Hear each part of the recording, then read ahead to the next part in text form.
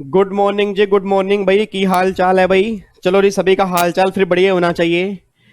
तो फाइनली आज हमारे पूरे के पूरे कंप्लीट लेक्चर की सेंचुरी यहाँ पे होने जा रही है। आज हमने यहाँ पे शतक पूरा कंप्लीट करना है। अब बच्चा ये बात कह रहा है, सर आज हमारे 100 लेक्चर हो चुके हैं। यस, आप याद करो सर, जीएसटी के ना, आप मैंने अभी चेक किया, जीएसटी के 38 लेक्चर आपके पास आए थे, 5 लेक्चर कस्टम के आपके पास आए थे, और 57th लेक्चर। मतलब देखो क्या संयोग बन रहा है। मतलब मुझे ऐसा लग रहा है कि पहली बार जिंदगी के अंदर मैंने 100 लेक्चर लगाए हैं। अदरवाइज 100 लेक्चर मेरे कभी लगे नहीं है इतने मिला के, क्योंकि मैं लास्ट बैच की बात कर रहा हूँ। लास्ट बैच में अप्रोक्सीमेट मेरे 80 लेक्चर लगे थे। इस बार मैंने 20 लेक्चर एक्स्ट्रा लगाए हैं, 20 लेक्चर। और रीजन बीइंग क्योंकि मैंने प्रैक्टिस बहुत सारी करवाई है आपको। अब वो मुझे बस ये देखना है कि कौन सा बच्चा इस एफर्ट्स को पेड ऑफ कर पाएगा, कि जिस बच्चे ने सारी क्लासेस सही ढंग से अटेंड की होंगी ना, तो बिलीव मी सर, वो एग्जाम में मार नहीं खाता, इतनी मेरी गारंटी है। और जो बच्चे ओल्ड सिलेबस वाले हैं, उनके तो 100 से ऊपर लेक्चर जाएंगे। ठीक है, क्योंकि उनके पास अभी अभी 3 या 4 लेक्चर उनके पास अभी और आने हैं। वो उनके ओल्ड सिलेबस के फोल्डर के अंदर ही आएंगे। तो मैं सारी बातें पहले क्लियर कर दूं। जीएसटी के 38 लेक्चर आपके पास आ चुके हैं, एक बार चेक कर लेना। अगर इससे कम है तो स्टाफ से कोऑर्डिनेट करना। पूरे 38 लेक्चर जीएसटी के लगे हैं जी। 5 लेक्चर कस्टम के आ चुके हैं। ये जुलाई वालों को देखने जरूरी हैं, दिसंबर वाले भी देख सकते हैं अगर सिलेबस अभी कंप्लीट करना है। नहीं तो बाद में उनके पास आएंगे ही आएंगे, ये बात ध्यान देना। कस्टम इनकम टैक्स का 57th लेक्चर आज हम यहाँ पे डालने जा रहे हैं। और आज हमारा फाइनली फाइनली बच्चा कह रहा, अब हमें पता क्या बोलोगे, फाइनली आपकी लास्ट क्लास है। हाँ फाइनली, कसम से आज लास्ट क्लास है। आज झूठ नहीं बोल रहा, कसम से, मम्मी कसम लगे, देखो आज मदर डे है। आज कसम से आज हमारी लास्ट क्लास है।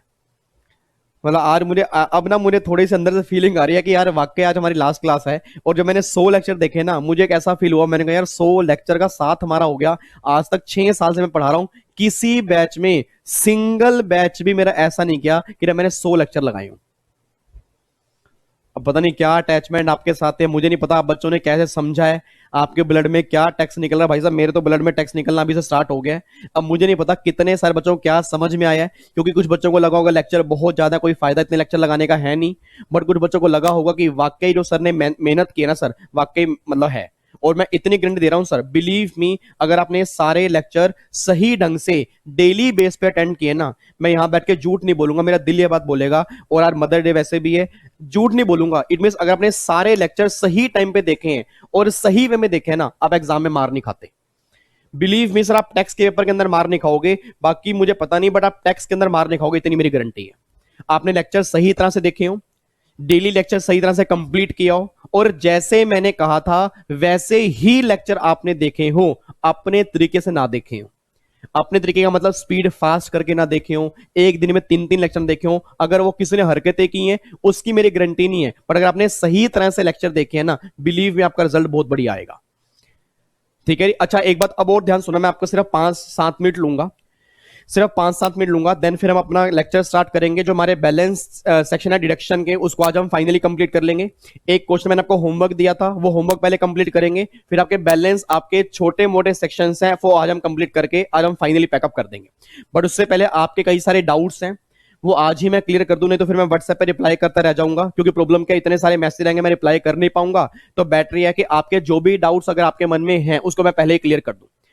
सबसे पहला डाउट आपका ये होगा कि सर गूगल ड्राइव में आज के बाद कोई भी क्लास आएगी? आज के बाद अब कोई क्लास इस चीज की नहीं आएगी, टॉपिक की कोई क्लास नहीं आएगी। सारे टॉपिक हमारे कंप्लीट हो चुके हैं, चाहे वो न्यू सिलेबस के हों, चाहे वो ओल्ड सिलेबस के हों। अच्छा ओल्ड सिलेबस के, ओल्ड सिलेबस के जो बच्चे हैं ना, उनके एग्जाम में एक फोल्डर बना हुआ है मिसलिनियस टॉपिक्स का।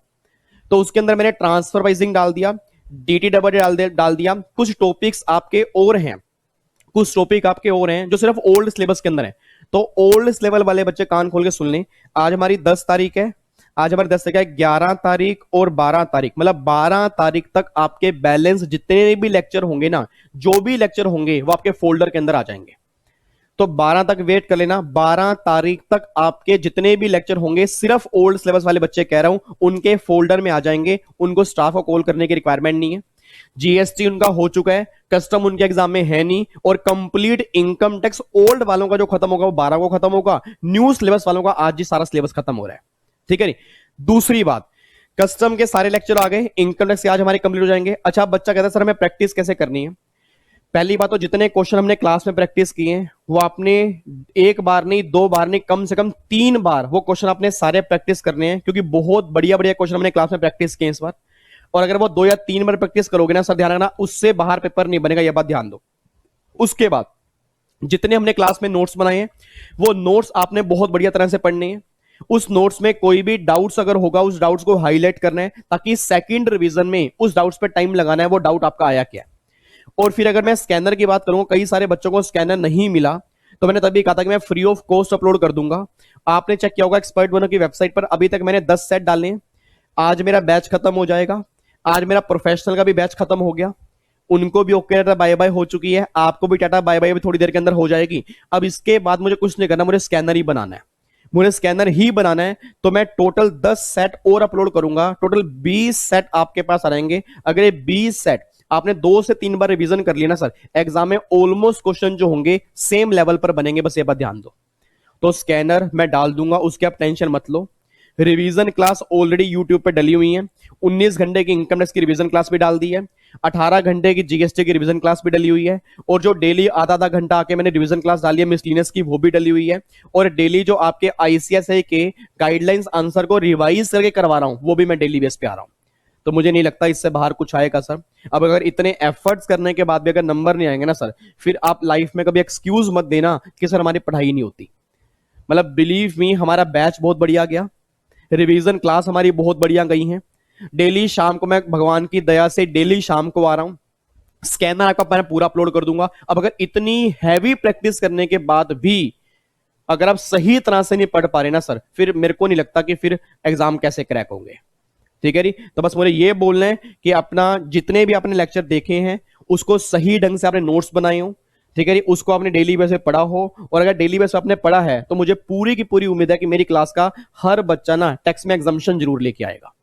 अब मुझे आपने बस गुरु दक्षिणा यही देनी है, इतने सारे लेक्चर की गुरु दक्षिणा बस ये दे देना कि भैया लेक्चर देखने के बाद ना आपके पेपर हो और जब रिजल्ट आपका आए तो बहुत सारे बच्चे, इवन मैं तो कहता हूं बहुत सारे नहीं, सारे ही बच्चे टैक्स में एग्जम्पशन जरूर लेके आए, ताकि मतलब मेरी आंखों में आंसू इतने होना कि यार हर बच्चे की एग्जम्पशन है कि जो एफर्ट्स लगाए थे, जो डेली मैं शाम को आया था, जो मैंने रिवीजन क्लास डाली थी ना, वाकई आज ये लग रहा है कि आज मेरी मेहनत का मुझे फल मिल गया। और वो फल सर आप मुझे अब दोगे। मैं अपनी मेहनत ऑलमोस्ट पूरी कर चुका हूं, यूट्यूब पे तो मुझे आना ही आना है, बट लेक्चर्स के अंदर मैं ऑलमोस्ट अपनी मेहनत पूरी कर चुका हूं। सिर्फ मेरी 1-1.5 घंटे की मेहनत बाकी बची है, वो भी मैं पूरी शिद्दत से पूरी करूंगा, इतनी मेरी गारंटी है। बट उसके बाद सर अब तुम्हारे हवाले वतन साथियों, ठीक है जी। और उसके बाद मैं गूगल ड्राइव पे क्लास तभी डालूंगा अगर कोई डाउट्स बहुत ज्यादा होंगे, मुझे लगेगा कि हाँ भाई आपके डाउट्स ये वाले बार बार आ रहे हैं, तो एक आधी क्लास डाल दूंगा, नहीं तो अब कोई गूगल ड्राइव पे कोई क्लास नहीं आएगी आपकी। ओल्ड सिलेबस वालों की क्लास आएंगी 12 तारीख तक, वो उनके ही फोल्डर में आएंगी, वो न्यू सिलेबस वाले बच्चों को नहीं देखनी, क्योंकि वो चैप्टर उनके सिलेबस में नहीं है। न्यू सिलेबस के एग्जाम में जितने चैप्टर थे कंप्लीट, वो 100 लेक्चर में हमारे कंप्लीट हो चुके हैं, और ओल्ड वालों के एग्जाम में 100 लेक्चर तो ये है ही है, उसके अलावा अप्रोक्सीमेट मेरे ख्याल से 7-8 लेक्चर और होंगे, तो उनका तो 108-9 लेक्चर उनके हो जाएंगे, और आपके 100 लेक्चर हैं न्यू सिलेबस वालों के। ठीक है जी, स्टार्ट करें। सर जी तुसी जा रहे हो, तुसी ना जाओ। मैं कहां जा रहा हूं नालायक, मैं डेली शाम को यूट्यूब पे आपको देखूंगा और आप मुझे मैसेज करके बताओगे कैसा बैच रहा। ठीक है, वो तो पता, मुझे पता कई बच्चे नहीं बताएंगे, कई बच्चों को नहीं होता मैसेज करने का, कई बच्चों को ना ग्रेटिट्यूड देना नहीं आता, थैंक यू नहीं देना आता। ठीक है, बट मैं तो ऑलवेज ये बात कहता हूँ, शो योर ग्रेटिट्यूड।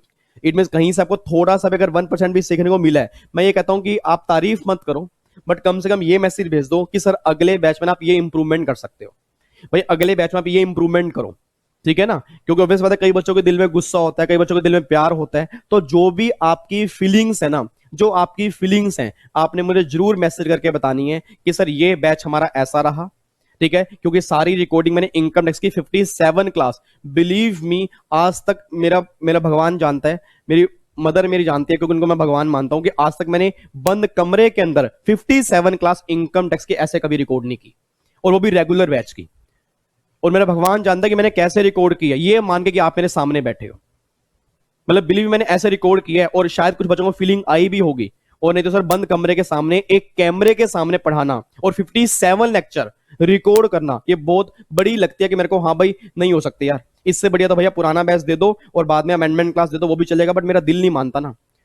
मेरा दिल नहीं मानता, क्योंकि बच्चे को लगेगा नहीं यार मैंने जुलाई का बैच सर से लिया था तो भैया मैं रिकॉर्डिंग करूंगा, चाहे मुझे बच्चा बनना पड़ जाए, मुझे कोई दिक्कत नहीं है। तो मैं बच्चा भी बनाऊं, मैं बड़ा भी बनाऊं, आपका भाई भी बनाऊं, आपकी बहन भी बनाऊं, हर हर जगह जहां मुझे लगा ना, मैंने आपके पापा से भी बात की है, आपकी मम्मी से भी बात की है, सबसे बातें कर कर कर कर कर करके फाइनली आज हमारी जर्नी खत्म होने जा रही है इनकम टैक्स की। अब मुझे नहीं पता वो जर्नी आपको कैसी लगी है, उम्मीद करता हूं अच्छी लगी होगी, उम्मीद करता हूं कि आप एफर्ट्स को अप्रिशिएट करोगे, नहीं तो जो भी इंप्रूवमेंट अगर होगी ना, दिल खोल के बताना, जब भाई बोला है तो भाई मानना भी, जब भाई आपने बोला है ना, जब भाई आपने बोला है तो भाई मानना भी कि सर ये चीज है, इसको इंप्रूव करोगे तो और जबरदस्त चीज निकल के आएगी, तो आपका भाई इंप्रूव करेगा, आपका भाई जमीन के ऊपर बैठने वाला है। सर ऑलवेज ये बात ध्यान देना, ना कभी मतलब भगवान से प्रे करता हूं, ना कभी एटीट्यूड था, ना कभी एटीट्यूड लाइफ में कभी आएगा। 6 साल पहले भी कोशिश वही करता था कि वही बन जाऊं, 6 साल के बाद भी जिस मर्जी मुकाम पे आज हूं तो भी मेरी कोशिश ये है कि जमीन के ऊपर बैठा रहूं।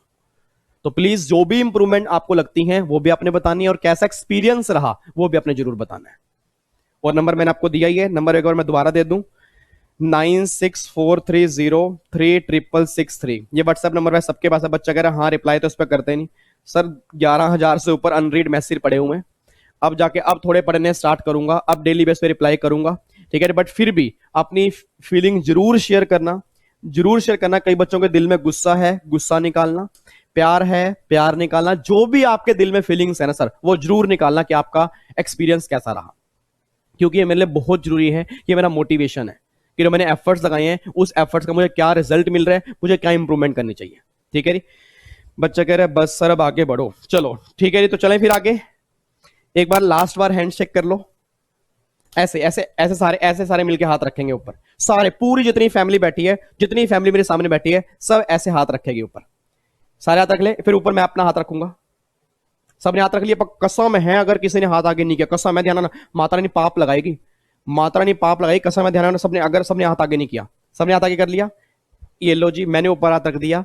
अब मैं आपसे कमिटमेंट कर रहा हूं कि जब तक आपके एग्जाम नहीं होंगे, पूरी जिंदगी में आज तक जो मैंने अपने लिए बेस्ट नहीं दिया होगा, मैं आपके लिए बेस्ट दूंगा। आप मुझसे कमिटमेंट करो कि सर हम आपसे कमिटमेंट कर रहे हैं कि आज तक जो हमने बेस्ट नहीं दिया होगा ना, इस बार हम बेस्ट देंगे, जबकि जब जिसके भी जब एग्जाम है इस बार हम बेस्ट देंगे, और इस बार हम बहुत बढ़िया मार्क्स से एग्जाम निकालेंगे और पेरेंट्स के ड्रीम पूरे करेंगे। बोलो, पेरेंट्स के ड्रीम पूरे करेंगे, और उन लोगों के ड्रीम्स पूरे करेंगे जो लोग कहते थे तू नहीं बन पाएगा, उन सबको हम आंसर देंगे, बोल के नहीं, रिजल्ट से। कमिटमेंट पक्का पक्का। चलो थैंक यू सो मच यार। आओ जी फिर स्टार्ट करते हैं लास्ट हमारी जर्नी, ठीक है जी। आओ जी विवेक बाबा कह रहा हूं नालायक, गाबा जी का लास्ट सेशन स्टार्ट होने जा रहा है जी आज हमारा फाइनली। इधर देखो ध्यान से, अब लास्ट क्लास में एक क्वेश्चन मैंने दिया था, उस क्वेश्चन को एक बार चेक करते हैं। इस क्वेश्चन का आपने आंसर क्या निकाला जी, एक बार फटाफट से मुझे बताओ जी, इस क्वेश्चन का आपने आंसर क्या निकाला है, बता दो बताओ जी, आंसर क्या निकाला आपने। पहले तो बताओ ये एनएससी जो है, एनएससी कहां पे जाएगा, हाँ जी एटीसी के अंदर जाएगा, पीपीएफ एटीसी, उसके बाद एलआईसी सेल्फ है, और ये आपका 1412 से पहले है, फटाफट से बोल दो 1412 से पहले कितना था, 20% ऑफ सम एश्योर्ड। अब अगर मैं इसका 20% निकालूंगा तो भैया 2,80,000 का 20% ये कितना आ गया, 56,000 और 30,000 प्रीमियम पे किया, तो विच एवर इज लेस कितना आ गया, 30,000, तो मुझे 80C के अंदर मिल जाएगा 30,000। उसके बाद देखो जी यहां पे माइनर सन है, हैंडीकैप है, और ये आपका है 25 फरवरी 2013। अगर 25 फरवरी 13 की बात करूंगा, ये फर्स्ट कैटेगरी में कवर है, सेकंड कैटेगरी में कवर है, थर्ड कैटेगरी में कवर है। एक बच्चा कह रहा है थर्ड कैटेगरी में कवर है, नालायक एक बात मैंने सोच के बताओ, आपने डायग्राम फिर घर के देखा नहीं, थर्ड कैटेगरी में कब कवर होते हैं, थर्ड कैटेगरी में तब कवर होते हैं अगर आपका देखो, अगर आपका 1 अप्रैल 13 के बाद है। अब यहां पे क्या 25 फरवरी 13 है, इट मींस आप इस कैटेगरी में कवर हो रहे हो, और अगर इस कैटेगरी में कवर हो, चाहे आप हैंडीकैप ही क्यों नहीं हो, दोबारा बोल रहा हूं, चाहे आप हैंडीकैप ही क्यों नहीं हो, उस केस में कितना मिलेगा, 10% ही मिलेगा, ठीक है जी। तो अगर मैं उस क्वेश्चन की बात करता हूं, तो हैंडीकैप मैं क्यों ना हूं बट मैं सेकंड कैटेगरी में कवर हूं, तो इस केस में इसका आ जाएगा 10%, और ये 10% कितना गया, 30,000, ये 30,000 आ गया, और 45,000, विच एवर इज लेस कितना बनेगा, 30,000। तो डिडक्शन जो मुझे मिलेगी ना, डिडक्शन मुझे मिलेगी 30,000 रुपए की, बस ये बात ध्यान दो, तो यहां पे मैं डिडक्शन दूंगा 30,000 पे, ये मुझे मिल जाएगी 80C में। ठीक है, उसके बाद देखो जी नाबार्ड वाला 80C, ये 80C आ गया। उसके बाद LIC पेंशन फंड, ये हमारा आ गया 80CCC, ये मेरा आ गया 80CCC।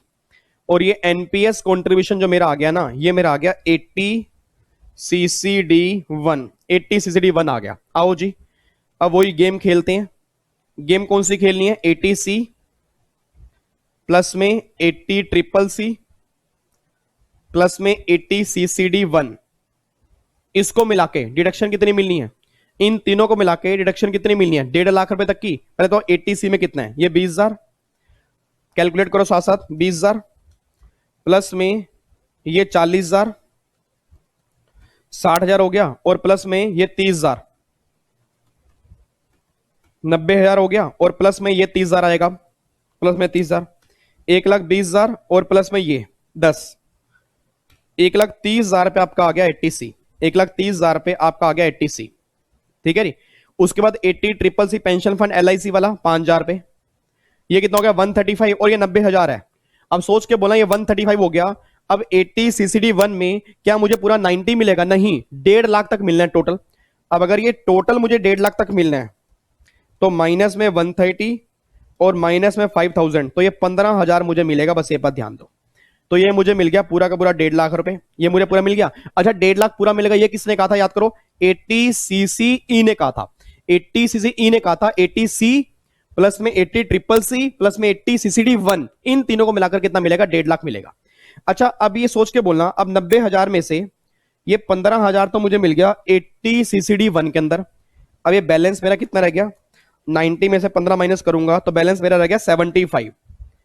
अब ये क्या 75 मुझे कहीं मिल सकता है? सोच के बोलना, क्या ये 75 मुझे कहीं मिल सकता है? यस या नो? यस मिल सकता है। कहां पर? 80CCD1B। आंसर नहीं दे रहे आप सर। 80CCD1B कितना मिलेगा? 50,000 मैक्सिमम, 50,000 मिलेगा। तो भैया 75 से 50 मिल गया। अब जो बैलेंस 25,000 होगा ना, ये मुझे कहीं नहीं मिलेगा। बस ये बात ध्यान दो। तो मुझे डिडक्शन मिलनी है 1.5 लाख रुपए यहां पर, और 50,000 रुपए 1B में। जो बैलेंस होगी वो मुझे नहीं मिलेगा। इस तरह से क्वेश्चन का आंसर आएगा। तो अगर एग्जाम में पूछते डिडक्शन कितनी मिलेगी, तो 1.5 लाख 80CCE के अंदर, और जो 50,000 रुपए है वो 80CCD1B के अंदर मिलेगी, और जो बैलेंस 25 बचेगा वो मुझे कहीं नहीं मिलेगा। उम्मीद करता हूं 50% बच्चों का तो सही होगा, 50 का नहीं होगा। वो तब होगा जब वो 2-3 बार रिवीजन करेंगे, बट 50% बच्चों का तो सही होगा, इतनी मेरी गारंटी है। ठीक है जी, ये आपने क्वेश्चन कर लिया। अब मैं आपको दिखाऊं, आपको मैं यहां पे ना CA वाला मॉड्यूल भी खोल के दिखाता हूं। देखो जी, ये मॉड्यूल है ICAI का जी, ये मॉड्यूल ICAI का है। आपके मॉड्यूल में इन्होंने टेबल नहीं दी हुई। देखो यहां पर देखो जी, 80C ये 1.5 लाख, 80CCC ये देखो 1.5 लाख, 80CCD1 वही 10% ऑफ सैलरी, और 20% अगर आप एम्प्लॉय नहीं हो। 80CCE इन सबको मिलाकर 1.5 लाख, किन सबको मिलाकर? 80CCC CCD1 को मिलाकर 1.5 लाख हो गई। 80CCD1B, ठीक है। देखो contribution to NPS outside the limit of 1.5 lakh, मतलब 1.5 लाख के अलावा मिलेगी। कितने मिलेगा? 50,000। और अगर 80CCD2 की बात करूंगा, अगर कंट्रीब्यूशन बाय सेंट्रल गवर्नमेंट, मतलब सेंट्रल गवर्नमेंट खुद कंट्रीब्यूट कर रही है अपने एम्प्लॉय के लिए, तो 14% ऑफ सैलरी, पहले यहां पर 10% था। ठीक है जी। और ये contribution by the other employer, ये 10% है। देखो जी, अब यहां पर देखो क्या लिखा है? Outside the limit of 1,50,000 under 80CCE, मतलब ये 1.5 लाख के अलावा। मैंने पहले भी कहा था ना, इन दोनों केस में कोई भी 1.5 लाख रुपए की लिमिट एप्लीकेबल नहीं होती। तो 1.5 लाख रुपए की लिमिट जो एप्लीकेबल है वो इन तीनों को मिलाकर 1.5 लाख रुपए की लिमिट एप्लीकेबल है। बस ये बात ध्यान देना। तो ये टेबल अगर आपने बनानी है आप बना सकते हो। टेबल अच्छी है, वैसे टेबल अच्छी है। अगर आपको इस टेबल को बनाना है तो ये बिल्कुल समरी है, और ये लगा लो इसी टेबल में से ना आप एग्जाम में देख लेना, कम से कम 1 या 2 क्वेश्चन यहां से बनेंगे इसी टेबल के अंदर से। जो हमने इतना लंबा चौड़ा भी 2-2.5 घंटे का सेशन किया है, इससे पहले की क्लास थी, वो इस टेबल के ऊपर थी बस। ठीक है। और यही सेक्शन सबसे मेन है जो प्रैक्टिकल लाइफ में चलते हैं, और यही सेक्शन सबसे मेन है जो एग्जाम के अंदर बार बार आते हैं। ठीक है। तो ये टेबल आपके सामने है। अच्छा अब यहां पे एक क्वेश्चन मैं देख रहा हूं, अगर कुछ दिया हो तो ये देखो जी, एक क्वेश्चन देख लो। ग्रोस टोटल इनकम दी है, और ये फटाफट से क्वेश्चन पढ़ते हैं। ग्रोस टोटल इनकम है कितनी है? 8 लाख रुपए, और he has made the following investment payment during the 1920। Low contribution and PPF, PPF में 1,10,000 पे, ये कहां मिलेगा? 80C के अंदर मिलेगा। Payment for tuition fees to FJ school new Delhi for education of his son studying in class 11, ये भी कहां मिलेगा? 80C के अंदर मिलेगा। रीपेमेंट ऑफ हाउसिंग लोन, हाँ जी housing loan, housing loan taken from Standard Chartered Bank, bank से लोन लिया, हाउसिंग लोन 80C, ये भी 80C के अंदर है। उसके बाद contribution to approve pension fund of LIC, LIC वाला 80CCC, ये 80CCC के अंदर है। अब आप खुद सोचो, इनको मिलाकर कितना हो गया? 1,10,000, 45,000, 1,10,000 प्लस में 45,000 प्लस में 25,000। मैं नहीं खेलूंगा ऐसे। 45,000 प्लस में 25,000 कितना बन गया? 1,80,000 तो ये बन गया, और यहां पर बन गया 1,05,000। अब अगर मैं इन दोनों को कंबाइन करूं तो ये 285 बन रहा है, जबकि दोनों को मिलाकर, हाँ जी 80CCC और 80C, इन दोनों को मिलाकर लिमिट कितनी है? 1.5 लाख रुपए की। आंसर देख लो, 1, 10, 45, 25, 180। ठीक है जी। अब देखो रिस्ट्रिक्टेड रुपीज 150, तो 150 की लिमिट मिलेगी। उसके बाद देखो क्या बोला है? 80CCC 1,05,000, टोटल 255 बन रहा है, बट आपको मैक्सिमम डिडक्शन जो मिलेगी वो 1.5 लाख की ही मिलेगी, इससे ऊपर की मिल ही नहीं सकती। तो देखो भैया, दोनों को मिलाकर 1.5 लाख की मिलनी है, मतलब 180 तो आपका ये है, 180 ये है ना आपका, 180 ये है, और यहां पे 105 आपने ये किया, तो टोटल वैसे 285 बन गया। तो गवर्नमेंट ने बोला डिडक्शन जो मिलनी है वो 1.5 लाख की मिलनी है, इससे ऊपर का तो मतलब ही नहीं है। ठीक है ना? तो 1.5 लाख की तो आपने यहां क्लेम कर ली 80C की, और अगर मैं 80CCC की बात करूंगा तो 1,05,000 वैसे पूरा मिल जाता, क्योंकि उसके अलग से लिमिट 1.5 लाख है। बट गवर्नमेंट ने बोला भैया कहां घूम रहा है तूने, 80CCE नहीं पढ़ा क्या? देखो 80CCE नहीं पढ़ा क्या, उसमें क्या है? एग्रीगेट डिडक्शन जो मिलेगी इन सबको मिलाकर वो 1.5 लाख की मिलेगी, तो आंसर इसका 1.5 लाख रुपए आएगा। इस तरह से क्वेश्चन बनेगा जी आपके एग्जाम में। तो अगर आपके एग्जाम में इस तरह से भी क्वेश्चन बन जाए 1 नंबर का, बच्चा कह रहा है 1 नंबर का बन सकता है, यस बन सकता है, 100% बन सकता है।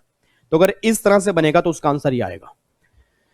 तो सर बहुत हमने प्रैक्टिस कर लिया, ठीक है जी। अब इसमें इसके अलावा कुछ ट्रीटमेंट नहीं बचा, मैक्सिमम जो क्वेश्चन बन सकते थे वो सारे हमने कर लिया। ठीक है जी। आओ जी फाइनली अब हम स्टार्ट कर रहे हैं जो हमारे बैलेंस सेक्शन है उसके ऊपर। आओ जी, हम आओ जी। अगला हमारा प्रोविजन है सेक्शन नंबर, ये हमारा 1B तक हो गया ना। लो जी, अब हमारा प्रोविजन है सेक्शन नंबर 80D।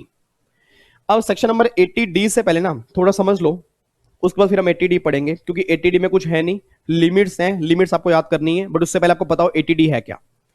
अच्छा एक बात मैंने सोच के बताना, अब एक तो होता है लाइफ का इंश्योरेंस, ठीक है जी, और एक होता है हेल्थ का इंश्योरेंस, हेल्थ का इंश्योरेंस। अब अगर मैंने लाइफ का इंश्योरेंस करवाया, उस केस में जो भी प्रीमियम पे किया, तो गवर्नमेंट ने क्या बोला, उसके लिए सेक्शन 80C है। इट मींस अगर मैंने LIC कराई, उसके लिए जो भी प्रीमियम पे किया उसके लिए 80C है। बट अगर मैंने अपनी हेल्थ का इंश्योरेंस करवाया, उसके लिए प्रीमियम पे किया, तो गवर्नमेंट कहती है उस केस में 80C तो है नहीं, क्योंकि हेल्थ वाले केस में पूरा 80C चेक कर लो, कहीं नहीं लिखा था कि मेडिकल इंश्योरेंस प्रीमियम पे करोगे या हेल्थ इंश्योरेंस प्रीमियम पे करोगे तो 80C आपको मिलेगा। अब बच्चा ये बात कहता है सर पापा कह रहे हैं विवेक सर से पूछियो कि मैंने अपनी हेल्थ का इंश्योरेंस करवाया है तो क्या मुझे बेनिफिट मिलेगा? अंकल जी मिल जाएगा, 80D के अंदर मिलेगा। अब 80D ये बात कहता है कि जिसका आपने इंश्योरेंस करवाया, मतलब अगर मान लो मैंने अपना इंश्योरेंस करवाया, मेरी एज अगर 60 साल से कम है तो मुझे एग्जम्पशन मिलेगी 25,000 रुपए की, डिडक्शन मिलेगी 25,000 रुपए की, और अगर मेरी एज 60 साल या उससे ऊपर होगी तो बेनिफिट मुझे मिलेगा 50,000 रुपए का। तो गवर्नमेंट ये बात कहते हैं कि अगर तुम इंश्योरेंस किसका करवा रहे हो, सेल्फ का करवा रहे हो, ठीक है, अगर तुम खुद का करवा रहे हो, स्पाउस का करवा रहे हो या चिल्ड्रन करवा रहे हो, तो उस केस में तुम्हें बेनिफिट जो मिलेगा ना, लेस देन 60 होने पर मिलेगा। लेस देन 60 होने पर कितने का मिलेगा जी?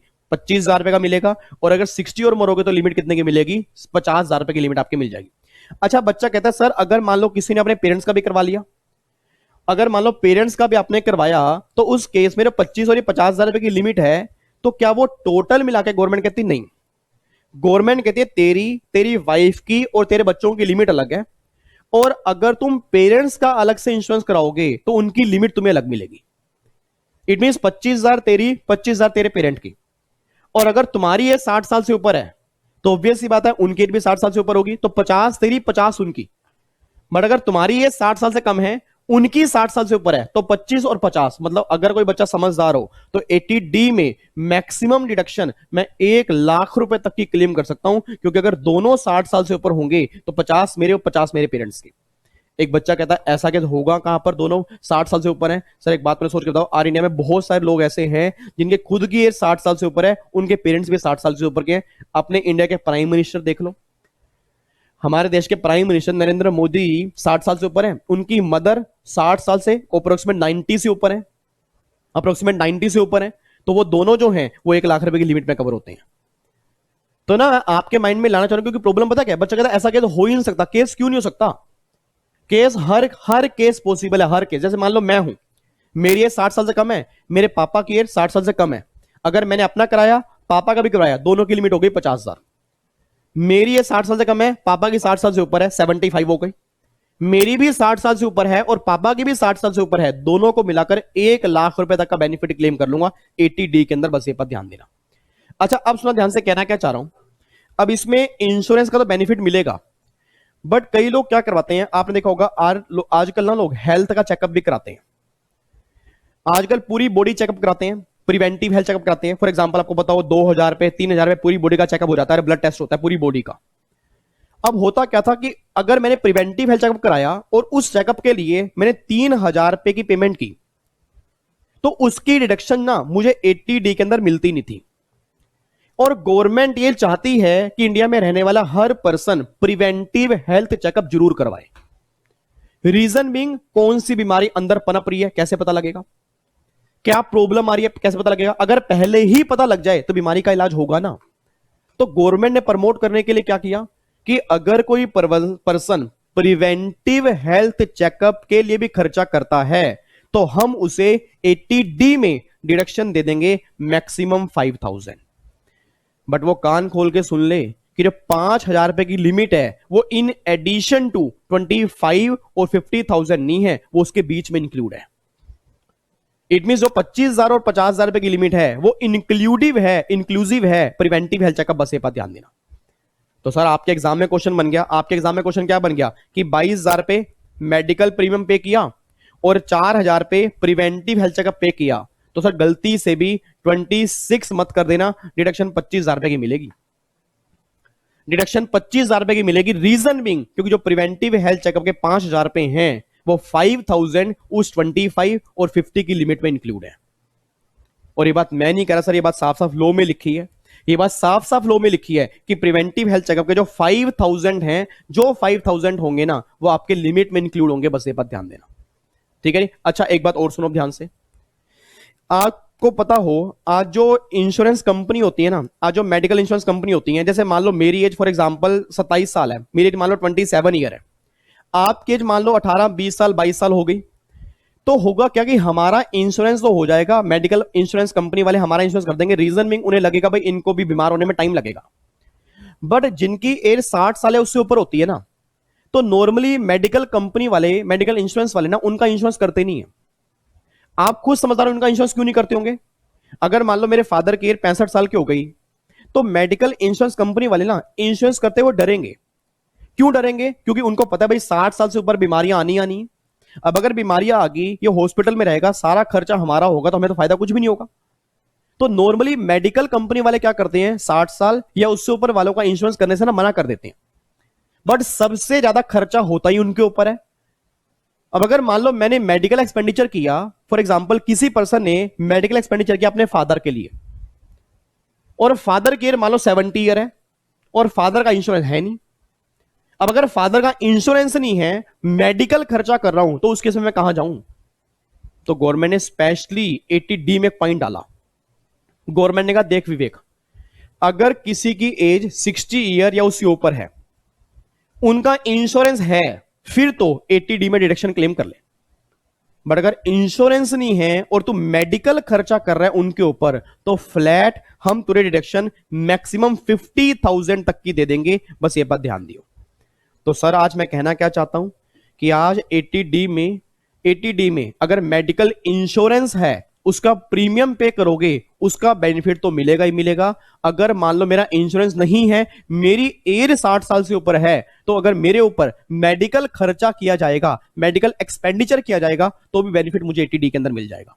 देखो यहां पे क्या लिखा है, medical expenditure self spouse parents age 60 और ईयर और मोर, नो मेडिकल इंश्योरेंस, उसका मेडिकल इंश्योरेंस नहीं है, तो उस केस में डिडक्शन जो मिलेगी वो 50,000 तक मिलेगी। बस ये पर ध्यान दो। एक बच्चा कहता है सर अगर मान लो मेडिकल इंश्योरेंस इनका है और मेडिकल खर्चा कर रहे हैं तो भैया बेनिफिट एक ही मिलेगा, वो बेनिफिट ऊपर वाला मिलेगा, ये वाला नहीं मिलेगा। बस ये पर ध्यान दो। इसकी कंडीशन ही सबसे जबरदस्त यही है। कंडीशन क्या है कि इनका मेडिकल इंश्योरेंस नहीं होना चाहिए। बस ये पर ध्यान देना, ठीक है जी। आपको देखो यहां दिखाता हूं, इधर देखना ध्यान से। आपका 80D का ये देखो ये डायग्राम है, ये सीए वालों के मॉड्यूल में है, मैंने भी वहां बनाया हुआ है, वो भी सही है, ये भी सही है। आपको जो आसान लगता है वो आप कर सकते हो। देखो जी, अगर आपने मेडिकल प्रीमियम कराया, मेडिकल इंश्योरेंस कराया, किसका? इंडिविजुअल ने, सेल्फ का, स्पाउस का, और ध्यान रखना डिपेंडेंट चाइल्ड का। यहाँ पे चिल्ड्रन सारे नहीं है सर, एटीसी LIC वाले केस के अंदर मैंने कहा था बच्चे सारे अच्छे। यहाँ पे only dependent children, independent children तुम्हारी फैमिली में कवर नहीं होंगे। HF वाले केस में फैमिली मेंबर तो नॉर्मल मिलेगी 25,000, और अगर एज इनकी 60 साल या उससे ऊपर है, अगर एज इनकी 60 साल या उससे ऊपर है, तो उस केस में लिमिट आपकी कितनी मिल जाएगी? 50,000 रुपए की मिल जाएगी। उसके बाद अगर पेरेंट्स की बात करूंगा तो लिमिट 25,000 रुपए की है, और अगर उनकी 60 साल या उससे ऊपर की है तो उस केस में लिमिट कितने की मिल जाएगी? 50,000 रुपए की। और फिर गवर्नमेंट कहना चाहिए maximum 5,000 is allowed as deduction for aggregate of preventive health checkup expenditure by any mode including cash mention in 1 and 2, दोनों को मिलाकर लिमिट 5,000 रुपए, सब्जेक्ट टू ओवरऑल लिमिट 25 और 50 एज द केस में भी। मतलब ओवरऑल लिमिट 25 और 50 क्रॉस नहीं करनी चाहिए। बस ये बात ध्यान देना, वो लिमिट क्रॉस नहीं करनी चाहिए, वो लिमिट क्रॉस नहीं करनी चाहिए। तो सिंपल सी बात क्या निकल के आ रही है, अगर आज मान लो मैंने अपना इंश्योरेंस करवाया हेल्थ का, मुझे 25 मिलेगी, आपने फादर कराया उनकी भी मुझे 25 मिलेगी, अगर उनकी 60 साल से ऊपर है तो टोटल मिलेगी 75। बट अगर प्रिवेंटिव हेल्थ चेकअप कराऊंगा तो उसकी इन एडिशन लिमिट नहीं है, इसी लिमिट में इंक्लूड है 5,000। बस ये बात ध्यान दो, ठीक है जी। उसके बाद देखो जी, अगर आपने मेडिकल एक्सपेंडिचर करवाया है जिनकी 60 साल या उससे ऊपर है और उनका कोई भी इंश्योरेंस नहीं है, तो उनके लिए लिमिट अलग से आ रही है 50,000 रुपए की, ये लिमिट आपके अलग से है, ठीक है। तो अगर आपको इस डायग्राम की फोटो क्लिक करनी है तो इस डायग्राम की फोटो क्लिक कर लो, ठीक है। येलो में यहां पे कर देता हूं, येलो।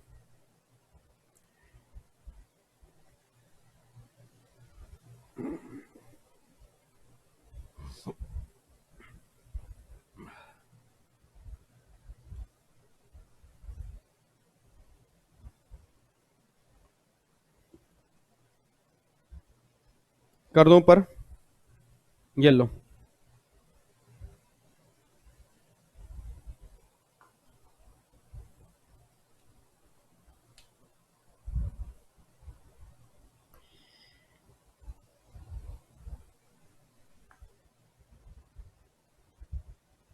ये लो जी, ये निचले वाला नोट मत लिखना, सिर्फ यहां तक, सिर्फ यहां तक।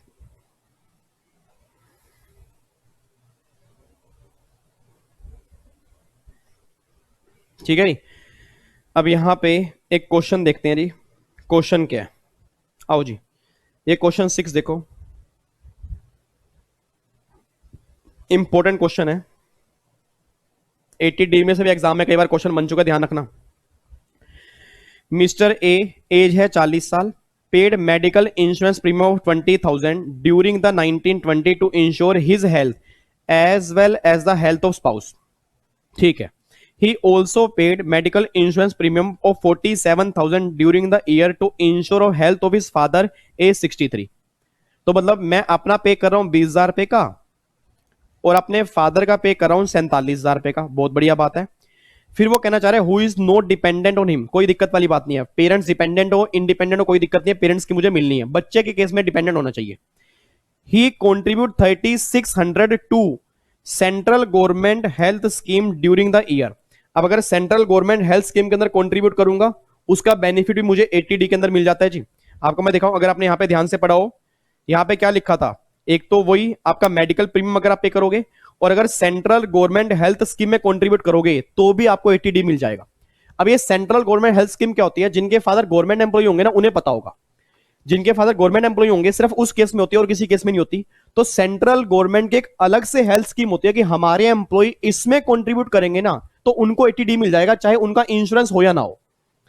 इट मीन अगर इंश्योरेंस है तो 80D मिलना ही है, बट अगर इंश्योरेंस नहीं है, उन्होंने सेंट्रल गवर्नमेंट की हेल्थ स्कीम में पैसा कंट्रीब्यूट किया है, तो भी उन्हें क्या मिल जाएगा, 80D मिल जाएगा। तो उसने क्या बोला कि सेंट्रल गवर्नमेंट की हेल्थ स्कीम में कितना कंट्रीब्यूट किया, 3600, तो ये 3600 यहां पे आ गया। चलो, he has incurred 3000 in cash of preventive health checkup of himself and spouse, 3000 preventive health checkup उसने अपने लिए कराया, and 4000 by cheque on preventive health checkup of his father, 4000 पे करवाया इनके लिए। वो कह रहा है compute the deduction allowable under section 80D for assessment 2021। मैं इसका आंसर नहीं दिखा रहा, इसका आंसर मैं नहीं दिखा रहा जी, क्वेश्चन आपके सामने है। इस क्वेश्चन को हमें खुद सोल्व करना है और आंसर मैच करना है। इधर देखो ध्यान से, इस क्वेश्चन के ना अब मैं आपको दो टुकड़े कराता हूं। इस क्वेश्चन के दो टुकड़े करते हैं, ऐसा करते हैं, एक टुकड़ा तो करते हैं ये वाला और एक करते हैं वाला। सबसे पहली बात, मेरा ऐसा करते हैं, मान लो मेरा एग्जांपल ले लो, मैं और मेरी वाइफ, इन दोनों का इंश्योरेंस प्रीमियम जा रहा है 20,000 हेल्थ का, ठीक है।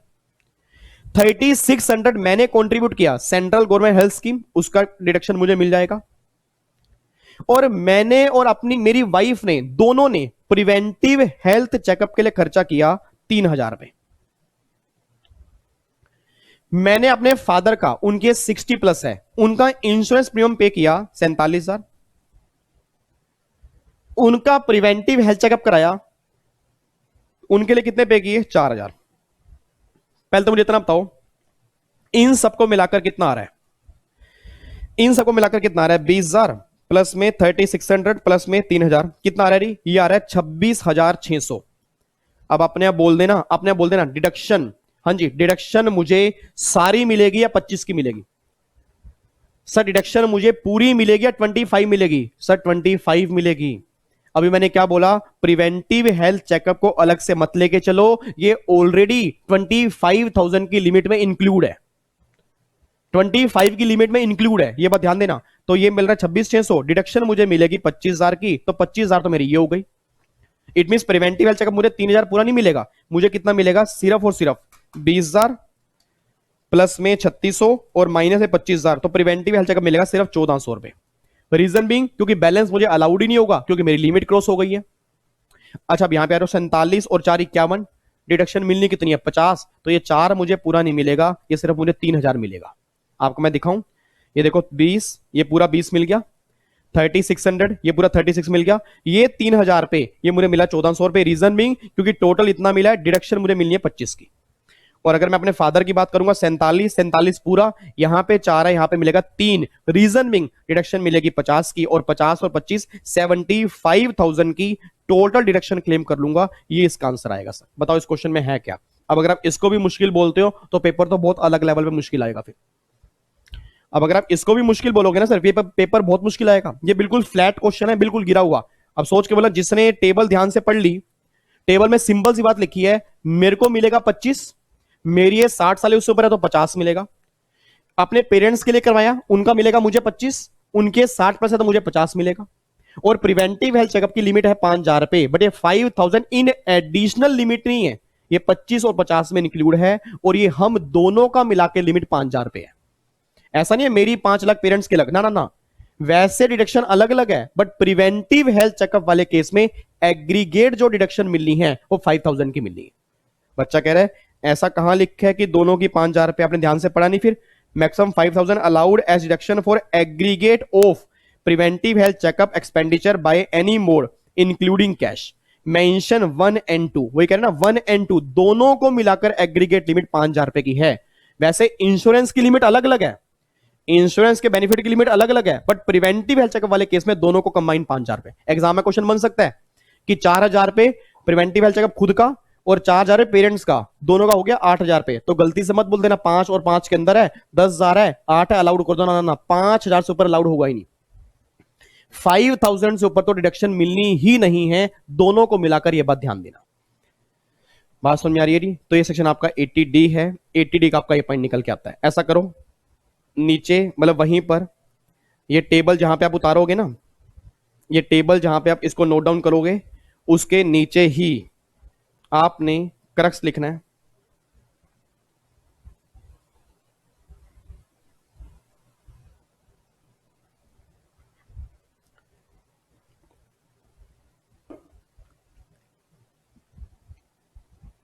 लिखो रे, सेल्फ स्पाउस डिपेंडेंट चाइल्ड, इनमें से किसी की भी as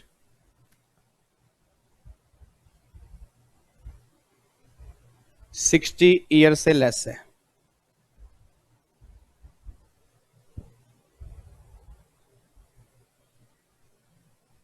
plus parents age less than 60, तो 25,000 तो मेरी, 25,000 उनकी, मैक्सिमम मिलेगी 50 के। ये तो क्लियर हो गया ना? मेरे ख्याल से इससे आसान तरीका तो कोई नहीं हो सकता। सेकंड, अगर इनकी एज लेस देन 60 ईयर है और इनकी एज 60 और मोर है, तो 25 प्लस में 50 तो हो गया 75 के। 60 और मोर एज है और उनकी एज भी 60 और मोर है, तो 50,000 मेरे, 50,000 उनके, तो भैया 1 लाख रुपए आपको बेनिफिट मिल जाएगा। ठीक है री? और यहां पे ध्यान रखना, preventive health checkup total aggregate 5,000।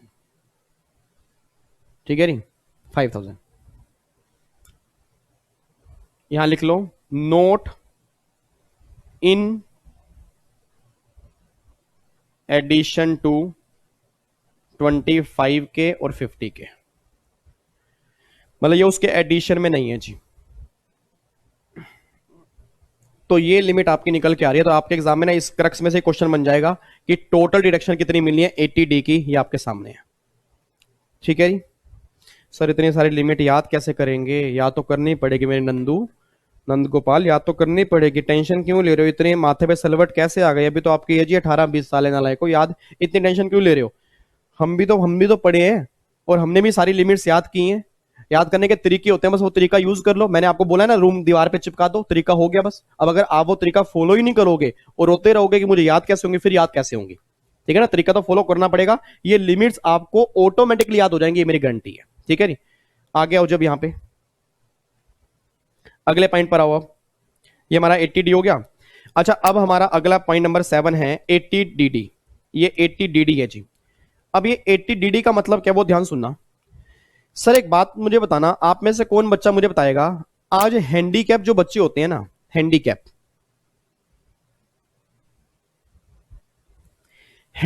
बच्चों की, हैंडीकैप पर्सन की 2 कैटेगरी होती हैं। कोई बताएगा हैंडीकैप बच्चों की 2 कैटेगरी कौन कौन सी होती हैं? कोई क्लास में बच्चा, स्नेहा, सोनल, अंजलि, अक्षिता, वंश, विपिन, विशेष, रोहित, रवि, सोनी, रीमा, रेनू, इतने सारे बच्चे। लास्ट क्लास का बच्चा कह रहा है ओह माय गॉड आपने नाम ले लिया हमारा सर। याद है मुझे, देख लो कितने सारे नाम याद हो गए मुझे, फिर मत कहना भूल जाता हूं नाम। हाँ बताओ जी फटाफट से, कौन बच्चा आप में से कोई बच्चा मुझे बताना चाहता हो? आदित्य रह गया जी, आदित्य रह गया। आदित्य कहेगा नहीं तो आप मेरा नाम लेते ही नहीं सर। ठीक है जी। और एक बच्चा वीरव नाम है उसका, ऑनलाइन वाला बच्चा, वो रह गया। मतलब जितने बच्चे मेरे सामने बैठे हैं, कोई क्लास में सिंगल बच्चे बता दे हैंडीकैप पर्सन की कितनी कैटेगरी होती है? सर मेरे अकॉर्डिंग 2 कैटेगरी होती है। 2 कैटेगरी कौन कौन सी? या तो ये हैंडीकैप बच्चा जो होगा ना, वो होगा डिपेंडेंट, मतलब किसी पे डिपेंडेंट होगा, पेरेंट्स पे डिपेंडेंट होगा, और या ये होगा इंडिपेंडेंट। अब बच्चा ये बात कह रहा है सर, मैंने कहा, कहता सर इंडिपेंडेंट बच्चा हैंडीकैप कैसे, मतलब सॉरी हैंडीकैप बच्चा इंडिपेंडेंट कैसे होगा? भाई एक बच्चा हैंडीकैप है तो वो इंडिपेंडेंट कैसे होगा? एक बात मैंने सोच के बताना नाले को, आज पैरा ओलंपिक्स होते हैं, पैरा ओलंपिक्स में जितने भी लोग होते हैं वो सारे के सारे हैंडीकैप होते हैं, वो सारे इंडिपेंडेंट हैं। और मूवी के अंदर इतने सारे हैंडीकैप बच्चे एक्टिंग करते हैं, वो सब इंडिपेंडेंट हैं। आज बहुत सारे हैंडीकैप बच्चे कई सारे एक्टिविटी के अंदर पार्टिसिपेट करते हैं, उनको पैसे मिलते हैं, वो सब इंडिपेंडेंट है। कहता अच्छा यस, उनकी बात कर रहा हूं।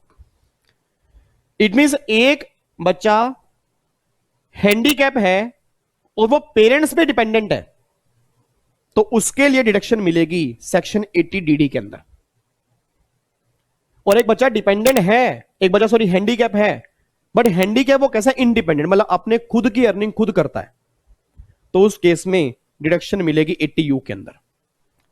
अब बच्चा कह रहा है सर अगर कोई बच्चा डिपेंडेंट हैंडीकैप होगा तो उस पर तो जो खर्चा होगा उसके पेरेंट्स करेंगे, तो क्या डिडक्शन इस बच्चे को मिलेगी? नहीं, डिडक्शन इसके पेरेंट्स को मिलेगी। ऑब्वियस ही बात है कि अगर मान लो किसी का बच्चा डिपेंडेंट हैंडीकैप है और वो उसके ऊपर खर्चा कर रहा है, तो डिडक्शन जो मिलेगी वो तो उसको मिलेगी ना, खर्चा करने वाले को। और अगर वो इंडिपेंडेंट है, अपनी हैंडीकैप पर वो खुद ही खर्चा कर रहा है, तो गवर्नमेंट ने क्या बोला? डिडक्शन फिर उस केस में तुम खुद क्लेम करोगे और कोई क्लेम नहीं करेगा। और डिडक्शन सर आपकी जानकारी के लिए बोल दूं, डिडक्शन इन दोनों के अंदर सेम है, डिडक्शन इन दोनों में सेम है। और कमाल की बात यह भी है फिक्स डिडक्शन है। कमाल की बात सबसे बड़ी यह है डिडक्शन फिक्स है, मतलब इसमें आपने खर्चा कितना भी किया हो यह मायने नहीं रखता। गवर्नमेंट कह रही कि हैंडीकैप वाले केस में ना हम खुद सोचते हैं कि तुम प्लानिंग नहीं कर सकते, हम ये खुद सोच रहे हैं कि तुम प्लानिंग नहीं कर सकते, इसलिए हम डिडक्शन तुम्हें फिक्स देने जा रहे हैं। और डिडक्शन फिक्स कैसे देंगे? अगर आप हैंडीकैप हो 80% से कम। आप सब जानते हो और मेडिकल साइंस, आज जो मेडिकल साइंस है उसकी फील्ड परसेंटेज के अंदर बात करती है, परसेंटेज में। तो गवर्नमेंट कहती है कि अगर 80% से कम बच्चा हैंडीकैप है तो डिडक्शन मिलेगी 75,000 की फिक्स। और अगर वो सेवरल डिसेबल है, सेवरल डिसेबल का मतलब क्या होता है? 80% से ज्यादा हैंडीकैप है, तो उस केस में डिडक्शन मिलेगी 1,25,000 रुपए की फिक्स मिलेगी, फिक्स। बच्चा कहता है सर अगर मान लो खर्चा किया 10,000 तो भी 75 है, 20 किया तो भी 75 है। अभी जो हमने ऊपर सेक्शन किया ना वहां मैक्सिमम लिमिट है, मतलब ये वाली जो डिडक्शन की लिमिट है जो हमने ऊपर की है वो मैक्सिमम है, बट ये इक्वल टू है, मतलब ये मिलनी ही मिलनी है। बस ये देख लो बच्चा कितने परसेंट हैंडीकैप है। अब अगर वो 80% से कम है तो 75 आंसर आना ही आना है। एग्जाम में लिखा है खर्चा किया 50 तो भी 75, खर्चा किया 60 तो भी 75, खर्चा किया 1,00,000 तो भी 75। और अगर वो 80% से ज्यादा हैंडीकैप होगा तो यहां पे लिमिट हो जाएगी 125 और वहां पे भी कितनी हो जाएगी? 125। आपको मैं दिखाता हूं, देखो जी 80 डीडी है, medical treatment of dependent handicap. Dependent handicap का मेडिकल ट्रीटमेंट करवा रहे हैं, किसको डिडक्शन मिलेगी? रेजिडेंट इंडिविजुअल और रेजिडेंट एचयूएफ को। हैंडीकैप अगर 80% से कम है तो 75 और अगर उससे ज्यादा है तो कितना मिलेगा? 125। ऐसे अगर इंडिविजुअल है, इंडिपेंडेंट हैंडीकैप है, ठीक है ना, मतलब वो खुद के ऊपर अपना खुद खर्चा कर रहा है, तो उस केस में अगर वो 80% से कम है तो 75 और अगर 80 उससे ऊपर होगा तो डिडक्शन कितनी मिलेगी? 125। बस ये पर ध्यान देना, ठीक है। तो ये इन दोनों ध्यान रखना। हैंडीकैप वाले में ना बस आपको एक बात ध्यान देनी है कि वो 80 डीडी वाला हैंडीकैप है या 80 यू वाला हैंडीकैप है। अब अगर वो डिसेबल 80 डीडी में कवर होता है तो लिमिट तो भी सेम है, बट आपको बस ये ध्यान देना कि क्वेश्चन में ना कई बार क्या पूछ लेगा? डिपेंडेंट हैंडीकैप इनमें से किस सेक्शन में कवर है, तो आंसर 80 डीडी बनेगा। और अगर इंडिपेंडेंट हैंडीकैप की बात होगी तो आंसर 80 यू बनेगा। बस ये बात ध्यान देना, ठीक है जी। ये दोनों तो हमारे हो गए हैंडीकैप के। अगला सेक्शन हमारा आ रहा है जी 80 डीडीबी। इसका मतलब क्या है? 80 डीडीबी का मतलब क्या है? एक बात मैंने सोच के बोलना। आज इंडिया में ना बहुत सारी बीमारी फैल गई है। अब ये कोरोना वायरस जो गंदी बीमारी आ गई, इसकी तो कोई अभी वैक्सीन बनी नहीं है, बट आज इंडिया के अंदर बहुत सारी और भी बीमारी हैं। जैसे अभी इरफान खान साहब की डेथ हुई, ऋषि कपूर साहब की डेथ हुई, आपको पता हो उनको कैंसर था। अब ये कैंसर की बीमारी ऐसी है, इतना पैसा होने के बावजूद भी इसका इलाज नहीं होता। कैंसर है, एड्स है, टीबी है, मेंटल डिसऑर्डर है, ये गंदी गंदी कई कई बीमारियां हैं, इसमें काफी सारे पैसे लग जाते हैं। अब गवर्नमेंट ये बात कहते हैं कि अगर किसी को इनमें से कोई बीमारी है, मतलब स्पेसिफाइड डिसीज है, और अगर ये स्पेसिफाइड डिसीज है और उस डिसीज पर खर्चा किया जा रहा है, ऑब्वियस बात है कैंसर का अगर इलाज करवाना तो खर्चा तो करना पड़ेगा ना। एड्स है, टीबी है, मेंटल डिसऑर्डर है, इसके खर्चा तो करना पड़ेगा। अब अगर किसी ने इस बीमारी का इलाज करवाने के लिए खर्चा किया तो उसका ट्रीटमेंट कहां है? 80C में नहीं है। और फॉर एग्जांपल मान लो मेडिकल इंश्योरेंस नहीं है, 80D से बाहर हो गया, 80DD में कवर नहीं है, हैंडीकैप तो है नहीं, 80U में भी कवर नहीं है, तो गवर्नमेंट उनके लिए लेकर आई 80DDB कि अगर मेडिकल एक्सपेंडिचर आपने किए ऑन स्पेसिफाइड डिसीज, तो उस केस में एज अगर आपकी 60 साल से कम है, डिडक्शन मिलेगी 40,000, और अगर एज आपकी 60 है उससे ऊपर है, डिडक्शन 1 लाख रुपए की मिलेगी। बस ये बात ध्यान देना। और सर ये लिमिट आपकी मैक्सिमम है, ये आपकी ऐसा नहीं है। इट मीन अगर खर्चा 20,000 किया तो 20 मिलेगी, और अगर खर्चा 50,000 किया तो आपको 40 मिलेगी, 40 मैक्सिमम है। और अगर एज आपकी 60 साल उससे ऊपर है, अगर खर्चा किया 60 तो मिलेगी 60, और अगर खर्चा किया 1.5 लाख तो डिडक्शन कितनी मिलेगी, 1 लाख। बस ये बात ध्यान दो। तो आज जितने भी लोग एड्स है, टीवी है, कैंसर है, मेंटल डिसऑर्डर है, उसके ऊपर जो भी एक्सपेंडिचर करते हैं, तो गवर्नमेंट ने क्या बोला, उस एक्सपेंडिचर की हम तुम्हें डिडक्शन दे देंगे। कितनी देंगे, 40,000 या 1 लाख, वो डिपेंड करता है तुम्हारी एज कितनी है। अब अगर एज 60 साल से कम होगी तो डिडक्शन मिलेगी 40,000, और अगर एज 60 साल से ऊपर की डिडक्शन कितनी मिलेगी, 1 लाख रुपए की। बस ये बात ध्यान देना। क्लियर है ये पॉइंट? पक्का पक्का। आगे आओ जब यहां पे अगला फिर सेक्शन हमारा आ रहा है 80E। 80E किसका है सर? 80E है जो लोग एजुकेशन लोन लेते हैं जी। एक बात में सोच के बोलना, देखो उसने क्या लिखा है, deduction for payment of interest on loan taken for higher education. अच्छा, आप में से कोई बच्चा बताएगा? 80E कहना चाह रहा है कि अगर किसी पर्सन ने हायर एजुकेशन के लिए कोई लोन लिया, अगर किसी पर्सन ने हायर एजुकेशन के लिए लोन लिया, मेरा पूरी क्लास से क्वेश्चन है, क्या सीएस एक हायर एजुकेशन है या नहीं है? क्या सीएस एक हायर एजुकेशन? चलो सीएस छोड़ो यार, बच्चा कहता है सीएस का नाम क्यों ले रहे हो, सीए का नाम लो ना, सीए। चलो दोनों इकट्ठे ले लो, सीए और सीएस हायर एजुकेशन है या नहीं है? नहीं है। सर क्या सीएस और सीए हायर एजुकेशन नहीं है? लोअर है क्या? बच्चा कह रहे लोअर भी नहीं है, मीडियम। मतलब मेरा क्वेश्चन ये निकल के आ रहा है, क्या ये हायर एजुकेशन है या नहीं है? यस या नो? सर सीए और सीएस हायर एजुकेशन नहीं है, ये बात ध्यान देना। बच्चा ये बात कह रहा है सर दिल तोड़ रहे हो आप तो हमारा, क्या सीएस एक हायर एजुकेशन नहीं है? सर ये हायर नहीं है, ये प्रोफेशनल एजुकेशन है। ये हायर का भी उस्ताद है। पूरे विश्व के बड़े बड़े महाज्ञानी, महापंडित, जिनको लॉ की नॉलेज है, वो मेरे सामने बैठे हैं। बट सबसे बड़ी प्रॉब्लम क्या है आपको पता हो, सीएस करने के लिए ना कभी लोन नहीं मिलता। और ये केस मेरे साथ हो चुका है, आपको शायद मैंने पहले बताया भी था कि जब मैं सीए कर रहा था, हमारी फाइनेंशियल प्रॉब्लम इतनी सही नहीं थी, तो मुझे किसी ने बोला भाई आईसीआई वालों की नोटिफिकेशन आई हुई है, क्या बैंक वालों के पास लेके जाओ और वो आपको ना लोन दे देंगे।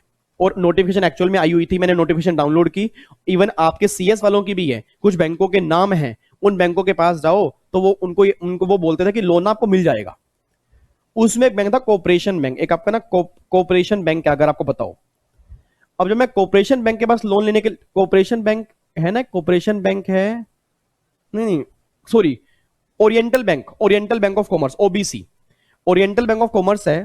तो मैं वहां पे लोन लेने के लिए गया, तो जब मैंने नोटिफिकेशन दिखाई ना, तो उन्होंने बोला कि हमारे यहाँ पे ऐसा कोई नोटिफिकेशन नहीं है, सीए के लिए हम कोई लोन नहीं देते। मैं कह रही सीए के लिए लोन क्यों देते? क्योंकि हमारे इंस्टीट्यूट ने तो बोला कि लोन मिलेगा। उसने कहा लोन नहीं मिलता सर। मैं कहा सर ज्यादा लोन नहीं चाहिए ना, मुझे ना कोचिंग लेनी है और मैं पढ़ने के लिए दिल्ली जाना चाहता हूं। तो उन्होंने कहा कुछ भी हो हम तुम्हें लोन देंगे नहीं। अच्छा, लोन सीए सीएस को देने से मना क्यों करते हैं? क्योंकि अगर आपको बताओ सीए सीएस को लोन, मतलब एजुकेशन लोन की ना कंडीशन होती है कि जब आप एजुकेशन पूरी कंप्लीट कर लोगे उसके बाद उसकी रीपेमेंट स्टार्ट होती है। तो उसने मुझसे क्वेश्चन पूछा कि तुमने अभी सीए स्टार्ट की है, सीए कंप्लीट कब करोगे वो बताओ। मैं तो शांत, सर सीए कब कंप्लीट करूंगा मुझे खुद क्या पता, वो तो चलो भगवान का शुक्र है कि मेरी सही टाइम पे कंप्लीट हो गई, बट सर सीए कब कंप्लीट करोगे मुझे पता ही नहीं है। उसने कहा जब तुम्हें यही नहीं पता कि सीए कब कंप्लीट होगी, तुम्हें लोन किस बात का दे दें भैया। तो आज नॉर्मली सीए सीएस सीएम में इन सबके लिए कभी लोन मिलता नहीं है सर, बहुत दुख होता है, बहुत दुख होता है। कई बैंक अब देना स्टार्ट कर चुके हैं, बट नॉर्मली कभी लोन नहीं मिलता। तो ये गवर्नमेंट कहती है ये हायर एजुकेशन नहीं है। हायर एजुकेशन मींस क्या? जो होल टाइम एजुकेशन है, फॉर एग्जांपल बीबीए, एमबीए, ये रेगुलर कॉलेज हैं, इनके लिए अगर कोई लोन लोगे ना तो मिल जाएगा। क्यों? पता है एमबीए बन ही जाना है, एमबीए बन ही जाना है, तो गवर्नमेंट कहते हैं उस केस में कोई दिक्कत ही नहीं है। अब बच्चा कहता है सर अगर मान लो मैंने लोन लिया तो क्या मुझे इंटरेस्ट की डिडक्शन मिल जाएगी? यस मिल जाएगी। और डिडक्शन कितनी मिलेगी? 8 साल तक।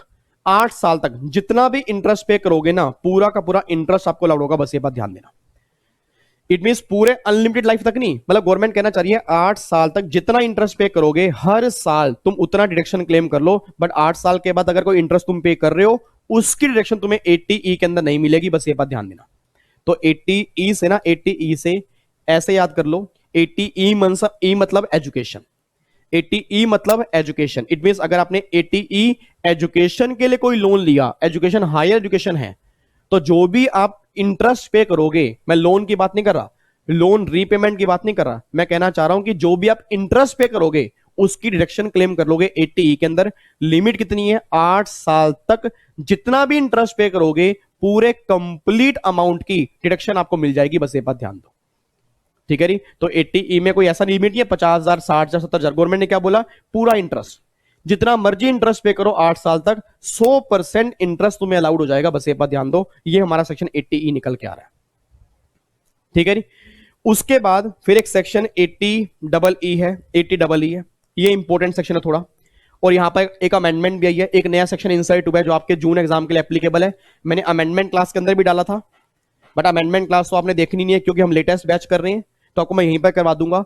अब 80EE देखना क्या कहना चाह रहे हैं। 80EE कहना चाह रहा है कि बेनिफिट मिलेगा इंडिविजुअल, कब मिलेगा? Interest on loan for acquisition of self occupied house. इसका मतलब क्या है? सर एक बात मैंने सोच के बोलना, अब अगर सेल्फ ऑक्यूपाइड हाउस है, उस सेल्फ ऑक्यूपाइड हाउस के लिए आपने कोई लोन लिया, उस लोन की रीपेमेंट करोगे, सोच के बोलते ना, उस लोन की रीपेमेंट करोगे, क्या डिडक्शन आपको मिलेगी लोन की रीपेमेंट की? सर अगर मैंने सेल्फ ऑक्यूपाइड घर परचेज किया, उसके लिए लोन लिया, उस लोन को रीपे करूंगा, क्या मुझे डिडक्शन मिलेगी नहीं मिलेगी? हद हो गई वैसे यार, कल ही हमने किया था नारायण को 80C में, हमने क्या किया था इधर देखो ध्यान से, मुझे समझ नहीं आ रही आप क्या पढ़ के आते हो। इसमें लिखा तो है repayment of housing loan. It means अगर आपने हाउसिंग लोन की रीपेमेंट की है, तो मैंने कल भी कहा था 80C में आप क्लेम कर लोगे।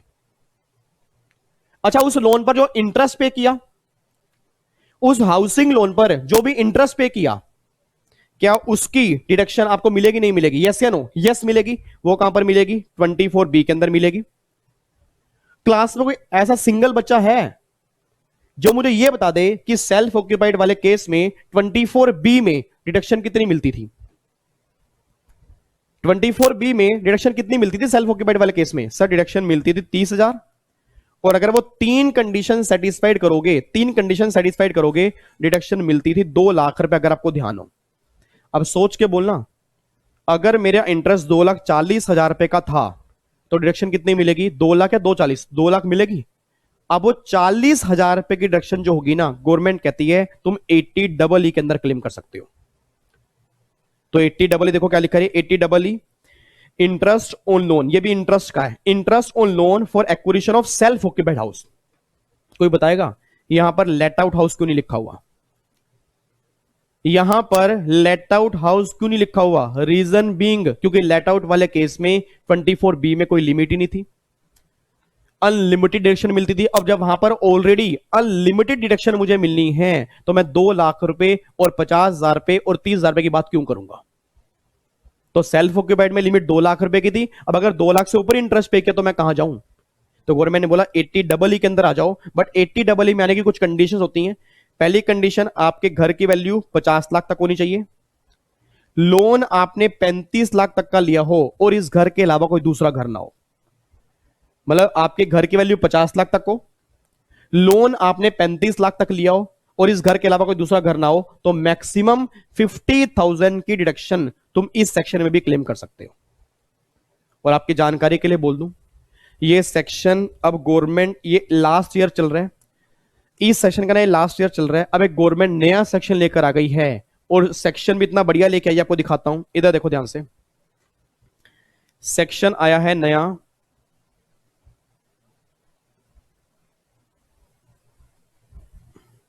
लो जी, ये देखो जी, ये नया सेक्शन आया है, deduction in respect of interest payable on loan taken for acquisition of residential house property. Section 80EE आया है, 80EE, वो 80E था ना, उसमें बेनिफिट कितना मिलेगा? 50,000 रुपए का। अब एक नया सेक्शन आया है, फाइनेंस एक्ट 19 से, एप्लीकेबल फॉर जून 20 और जो जुलाई 20 जो भी आपके एग्जाम है, और दिसंबर 20 ऑल्सो। अब इस नए सेक्शन में क्या लिखा है? An individual who has taken a loan for acquisition of residential house property from any financial institution, interest payable on such loan would qualify for deduction under this section. Condition क्या है? The condition is to be satisfied for availing this deduction are as follows. पहली condition, घर की stamp duty value 45 lakh तक होनी चाहिए।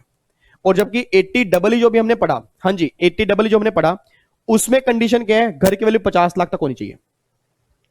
अब बच्चा कह रहा है सर क्या मैं 80 डबल क्लेम नहीं कर सकता? 80 डबल अगर क्लेम करना चाहते हो तो 80 डबल की कंडीशन सेटिस्फाइड करनी पड़ेगी, बट इन फ्यूचर जो अब आने वाले साल हैं ये सेक्शन अब खत्म हो जाएगा। अब 80 EEA ही काम करेगा, तो हमारे एग्जाम में भी जो क्वेश्चन बनने के चांसेस हैं वो इस नए वाले सेक्शन के हैं, बस ये बात ध्यान देना। तो पहली कंडीशन, घर की स्टैंप ड्यूटी वैल्यू 45 लाख तक हो, लोन जो आपका सैंक्शन हुआ हो वो इस साल 1920 में हो, उसके बाद इंडिविजुअल के पास कोई दूसरा घर ना हो और इंडिविजुअल ने 80 डबल ई की डिडक्शन क्लेम ना की हो। क्योंकि अगर आपने 80 डबल ई क्लेम कर ली फिर 80 EEA उस अमाउंट के लिए क्लेम नहीं कर पाओगे, बस ये बात ध्यान देना। और इतना बोल देना 80 डबल ई में डिडक्शन कितने की मिलती है? अभी जो हम पढ़ गए हैं 50,000 रुपए की ना। यहां पर देखो क्या लिखा है, मैक्सिमम डिडक्शन अलाउेबल इज 1,50,000 और ये 1,50,000 जो है is over and above deduction allowable under section 24B। कमाल कर दिया सर, इतना प्रमोशन, हाउसिंग लोन को इतना प्रमोट करना आज तक अभी लाइफ में नहीं हुआ। और ये क्यों प्रमोट कर रहे हैं? क्योंकि हर आदमी के पास एक घर हो, आप लोन लो, उस लोन की रीपेमेंट करो, 80C में आ जाओ, उस लोन पर इंटरेस्ट पे करो, उस केस में 24B क्लेम कर लो। और अगर तुम्हारा इंटरेस्ट 24B में पूरा नहीं यूज होता, तुम 80 EEA के अंदर भी 1.5 लाख रुपए का बेनिफिट क्लेम कर सकते हो, बस ये बात ध्यान देना। एक बच्चा कहता है सर इसका मतलब तो ये है कि फिर सेल्फ ऑक्यूपाइड वाले केस में अब बेनिफिट मिल गया 3.5 लाख का? यस, 3.5 लाख का बेनिफिट मिल गया सर, 2 लाख रुपए इंटरनल डिडक्शन और 1.5 लाख रुपए एक्सटर्नल। बट गलती से ये मत बोल देना कि बेनिफिट 3.5 लाख का, ये बोलना कि 2 लाख रुपए इंटरनल है और 1.5 लाख रुपए एक्सटर्नल है। वो मिलनी है हाउस प्रॉपर्टी की इनकम में से, ये मिलनी है ग्रोस टोटल इनकम में से।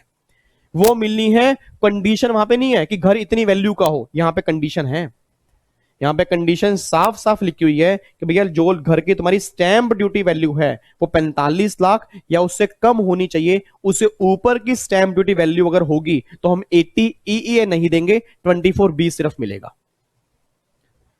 तो बात समझ में आ रही है? तो ये सेक्शन बिल्कुल नया है, ये सेक्शन बिल्कुल नया है। तो इस सेक्शन की अगर आपको फोटो क्लिक करनी है, वैसे तो इसका मैंने डायग्राम बनाया हुआ है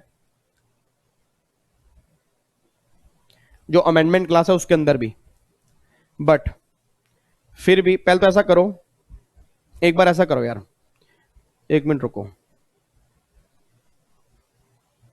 मैंने पूरी उसकी आपको फोटो क्लिक करवा दी थी? नहीं क्लिक कराई थी ना? पहले एक बार ना पूरे उसकी फोटो क्लिक कर लो। मेरे ख्याल से यहां तक तो आपने फोटो क्लिक कर ही ली थी ना, यहां से नहीं की थी। ये लो, एक बार पहले फोटो क्लिक करो, पहले इस पेज की फोटो क्लिक करो, ताकि ऐसा ना हो ना कि बैच खत्म हो जाए और मैं चला जाऊं और फिर आप बाद में मुझे व्हाट्सएप कर रहे हो कि सर हमारा पॉइंट तो लिखना रह गया। इसकी फोटो क्लिक करो।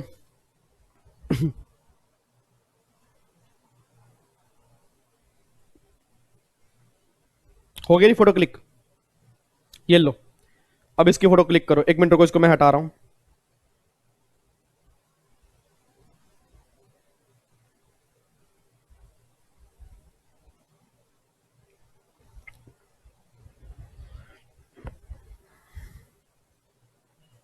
होगी फोटो क्लिक इसकी?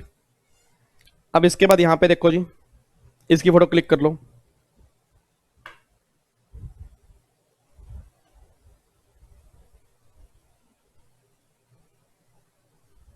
ठीक है जी, और लो जी ये लास्ट स्लाइड आपकी है, इसकी फोटो क्लिक कर लो। टोटल 20 डिडक्शन करनी है, 20 तो ये वाली हैं और 2 भी नहीं आई हैं। 20 तो ये वाली आपने फोटो क्लिक कर ली, 2 भी नहीं है। नई कौन कौन सी है? 80 EEA जो भी नया सेक्शन आया ना 1.5 लाख रुपए वाला, वो,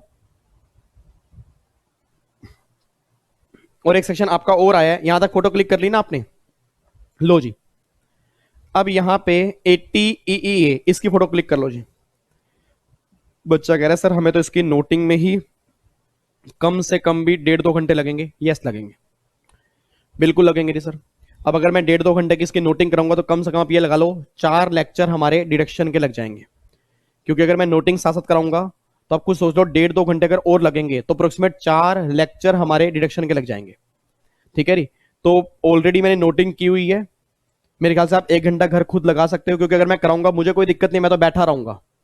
ठीक है ना, बट इसकी नोटिंग आप खुद कर सकते हो, मेन समझाने के ऊपर मैं टाइम लगा रहा हूं। लो जी, ये फोटो क्लिक करो जी।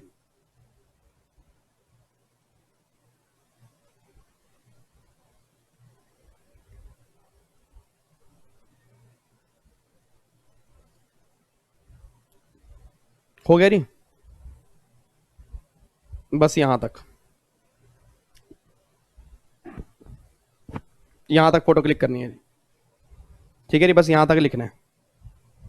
अब एक तो सेक्शन ये वाला नया आया है जो इंटरेस्ट का हाउसिंग लोन का, और एक सेक्शन और नया आया है, देखो 80 बी, ये भी नया आया है अभी, उस डायग्राम के अंदर नहीं है, ये नया सेक्शन आया है। देखो ये किसका है, deduction in respect of interest payable on loan taken for purchase of electrical vehicle. जो इलेक्ट्रिक व्हीकल आ रहे हैं ना, आपको पता है इलेक्ट्रिक गाड़ियां आ गई हैं, इलेक्ट्रिक गाड़ी पता है मार्केट में इलेक्ट्रिक गाड़ी आ गई है। अब गवर्नमेंट उसे प्रमोट करना चाह रही है ताकि पोल्यूशन बंद हो जाए। इलेक्ट्रिक गाड़ियों को प्रमोट करने के लिए गवर्नमेंट ने क्या किया, ताकि ये अब सोच के बोला जो बाकी गाड़ियां हैं उसमें पोल्यूशन हो रहा है, अब गवर्नमेंट कह रही है इस गाड़ियों को परचेज करो।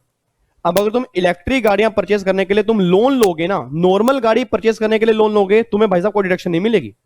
सर मैंने फॉर्च्यूनर लेनी है, मैंने इनोवा लेनी है, मैंने फॉर एग्जांपल मान लो कोई दूसरी गाड़ी लेनी है, तो उसके लिए मैंने लोन लिया, मैं इंटरेस्ट पे करूंगा, कोई डिडक्शन नहीं है, सिंगल पैसे की डिडक्शन नहीं मिलेगी। डिडक्शन सिर्फ तब मिलेगी, उन्होंने व्हीकल नहीं लिखा, उन्होंने क्या लिखा, इलेक्ट्रिक व्हीकल। इट मींस अगर गाड़ी इलेक्ट्रिक है, अगर इलेक्ट्रिक व्हीकल के लिए कोई लोन लिया, उस पर जो इंटरेस्ट पे करोगे उसके लिए सेक्शन 80 भी है। और डिडक्शन यहां पे कितनी मिलेगी सर, डिडक्शन यहां पर आप देख लो 1.5 लाख रुपए की जो आपकी लिमिट 80 के अंदर थी, 80 के अंदर भी लिमिट सेम है, 1.5 लाख रुपए की लिमिट है। ठीक है जी, तो आप इसकी फोटो क्लिक कर सकते हो। ये सेक्शन आपके एग्जाम में जरूर बन सकता है, क्योंकि नया सेक्शन है इलेक्ट्रिक व्हीकल, आप सब जानते हो अभी मार्केट में नए नए आए हैं, उसको प्रमोट करने के लिए सेक्शन है। तो आपके एग्जाम में अगर क्वेश्चन बन जाएगा तो क्वेश्चन सीधा ये बनेगा, इलेक्ट्रिक व्हीकल परचेज करने के लिए लोन लिया, उस लोन पे जो मैं इंटरेस्ट पे कर रहा हूं, डिडक्शन मैक्सिमम कितनी मिलेगी, 1.5 लाख रुपए की मिलेगी 80 के अंदर, बस ये बात ध्यान देना। ठीक है जी, तो ये डिडक्शन में अब टोटल मिला के लगा लो, टोटल मिला के 22 सेक्शन हमारे हैं टोटल डिडक्शन के, और एक तरह से 22 ही लिमिट होंगी, तो 22 या 23 या 24 लिमिट लगा लो, तो मेरे ख्याल से कोई ज्यादा नहीं है। अगर डेली बेस पे 5 लिमिट भी पढ़ोगे ना, 5 लिमिट भी, तो 5 दिन में पूरे चैप्टर की लिमिट याद हो जाएंगी। और ये पागल वाली हरकतें मत करना कि डेली सारे की सारी लिमिट्स याद करो, नहीं, लिमिट्स को बाइफरकेट करो कि आज मुझे 5 पढ़नी है, अगले दिन 5 पढ़नी है, फिर 5 पढ़नी है, 5 दिन के बाद चेक कर लेना, आपको सारी लिमिट्स याद हो जाएंगी। ऐसे लिमिट्स ऐसे याद होती है, याद करने के तरीके होते हैं। ठीक है ना, जो दिन में 25 याद करेगा, चाहे 25 दिन लगा रहे तो भी उसको 25 लिमिट एक साथ याद होंगी नहीं। तो बेटर क्या है, 5-5 लिमिट करके याद करोगे तो याद आपको हो जाएंगी। ठीक है जी, यहां तक फोटो क्लिक कर ली, लो जी। अब ये 1.5 लाख रुपए की लिमिट है यहां पे, बस ये बात ध्यान देना, ये लिमिट आपकी 1.5 लाख रुपए की निकल के आ रही है।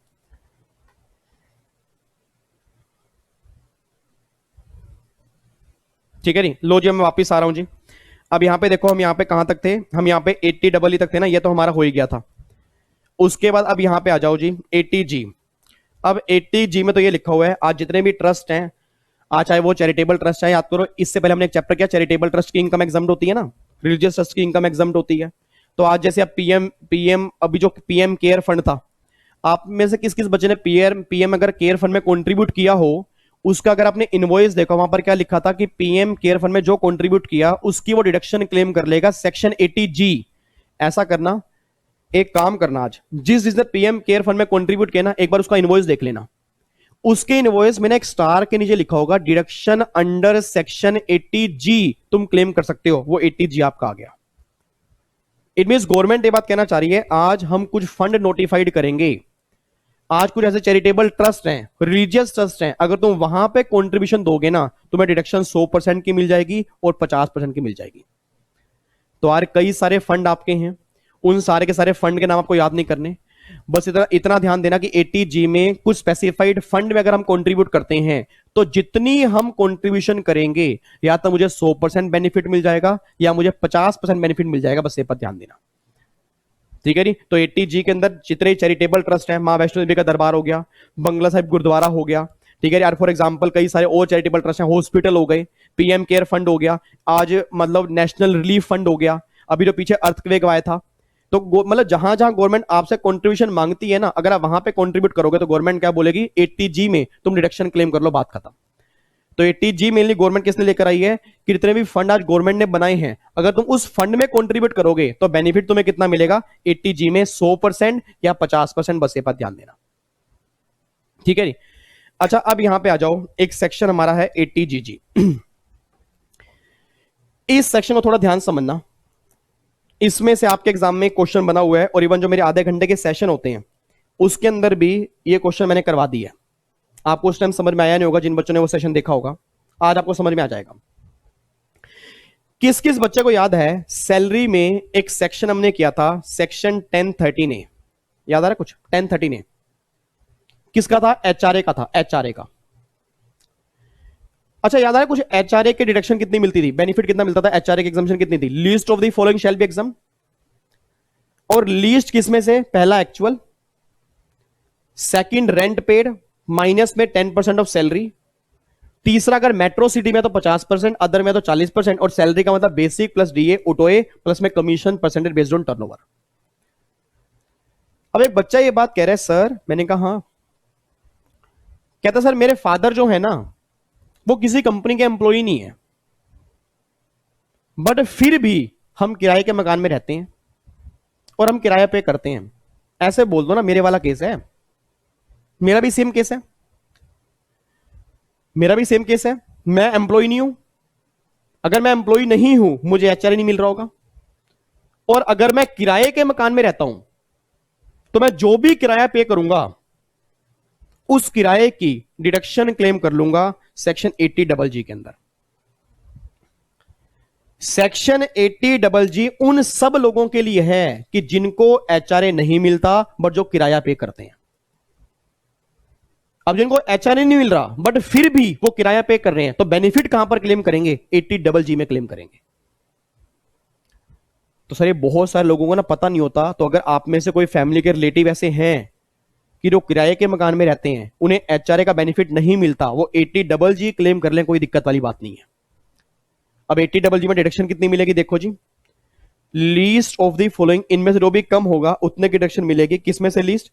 रेंट पेड, और वहां पे था 10% ऑफ सैलरी ना, अब यहां सैलरी की बात तो होगी नहीं क्योंकि एम्प्लॉय तो मैं हूं नहीं, तो यहां पे 10% ऑफ एडजस्टेड टोटल इनकम, मतलब जो भी तुमने टोटल इनकम निकाली है नॉर्मल, इस डिडक्शन को माइनस किए बिना, सब कुछ माइनस कर दो, जो तुम्हारी टोटल इनकम निकल के आई है इस डिडक्शन को माइनस किए बिना उसका 10%, 5,000 पर मंथ और 25% ऑफ एडजस्टेड टोटल इनकम, इनमें से जो भी कम होगा ना उतने का बेनिफिट तुम्हें मिलेगा। अब मुझे नहीं पता मेरी क्लास में कितने बच्चे इंटेलिजेंट हैं, एक बात समझ गए होंगे, इनको देखने के बाद मैक्सिमम 60,000 रुपए से ऊपर की डिडक्शन तो मुझको मिल ही नहीं सकती। रीजन बिंग क्योंकि 5,000 रुपए पर मंथ की लिमिट है। अब अगर 5,000 रुपए पर मंथ की लिमिट है तो एक साल में कितना हो गया? 60,000 ही तो हो गया। अगर 5,000 पर मंथ की लिमिट है तो एक साल में कितना हो गया? 60,000। तो भैया 60,000 से ऊपर का बेनिफिट तो मैं क्लेम कर ही नहीं सकता 80GG के अंदर, बस एक बात ध्यान दो। तो आज गवर्नमेंट कहती है अगर तुम किराया जितना मर्जी पे कर रहे हो, हमें नहीं पता, हम मैक्सिमम जो बेनिफिट देंगे वो 60,000 देंगे। यही सेम क्वेश्चन अभी कल परसों के सेशन के अंदर मैंने कराया था, उसमें सेम क्वेश्चन बना था। क्वेश्चन क्या था? 80GG में मैक्सिमम डिडक्शन कितनी मिलती है? 5,000 पर मंथ, दैट इज 60,000, ये उसका आंसर था। अब बताओ एक नंबर, आपको लग रहा है मैं ऐसा ही बोल रहा हूं? कल परसों का सेशन उठा लेना, आपके पेपर होंगे ना आई से, उसमें देख लेना, ये सेम क्वेश्चन बना हुआ है। अब बताओ उसने पूछा क्या? लिमिट ही तो पूछी है, और इवन मेरे ख्याल से दिसंबर 16 का पेपर था सर, दिसंबर 16 का, और पूरा पेपर लिमिट बेस आ गया, पूरा पेपर लिमिट बेस आ गया। बच्चों को तोते उड़ गए थे। जिन बच्चों ने लिमिट्स याद नहीं की थे ना, उनके होश उड़े पड़े थे कि सर पेपर आ कहां से गया। मैं तभी बोलता हूं सर पेपर एमसीक्यूज जब होते हैं ना तो सबसे बड़ा खतरा किसका होता है? लिमिट्स का होता है। और अगर लिमिट्स आपको याद नहीं होंगी ना तो बिलीव मी आप तरस जाओगे नंबर लेने के लिए, नंबर आपको मिलेंगे नहीं।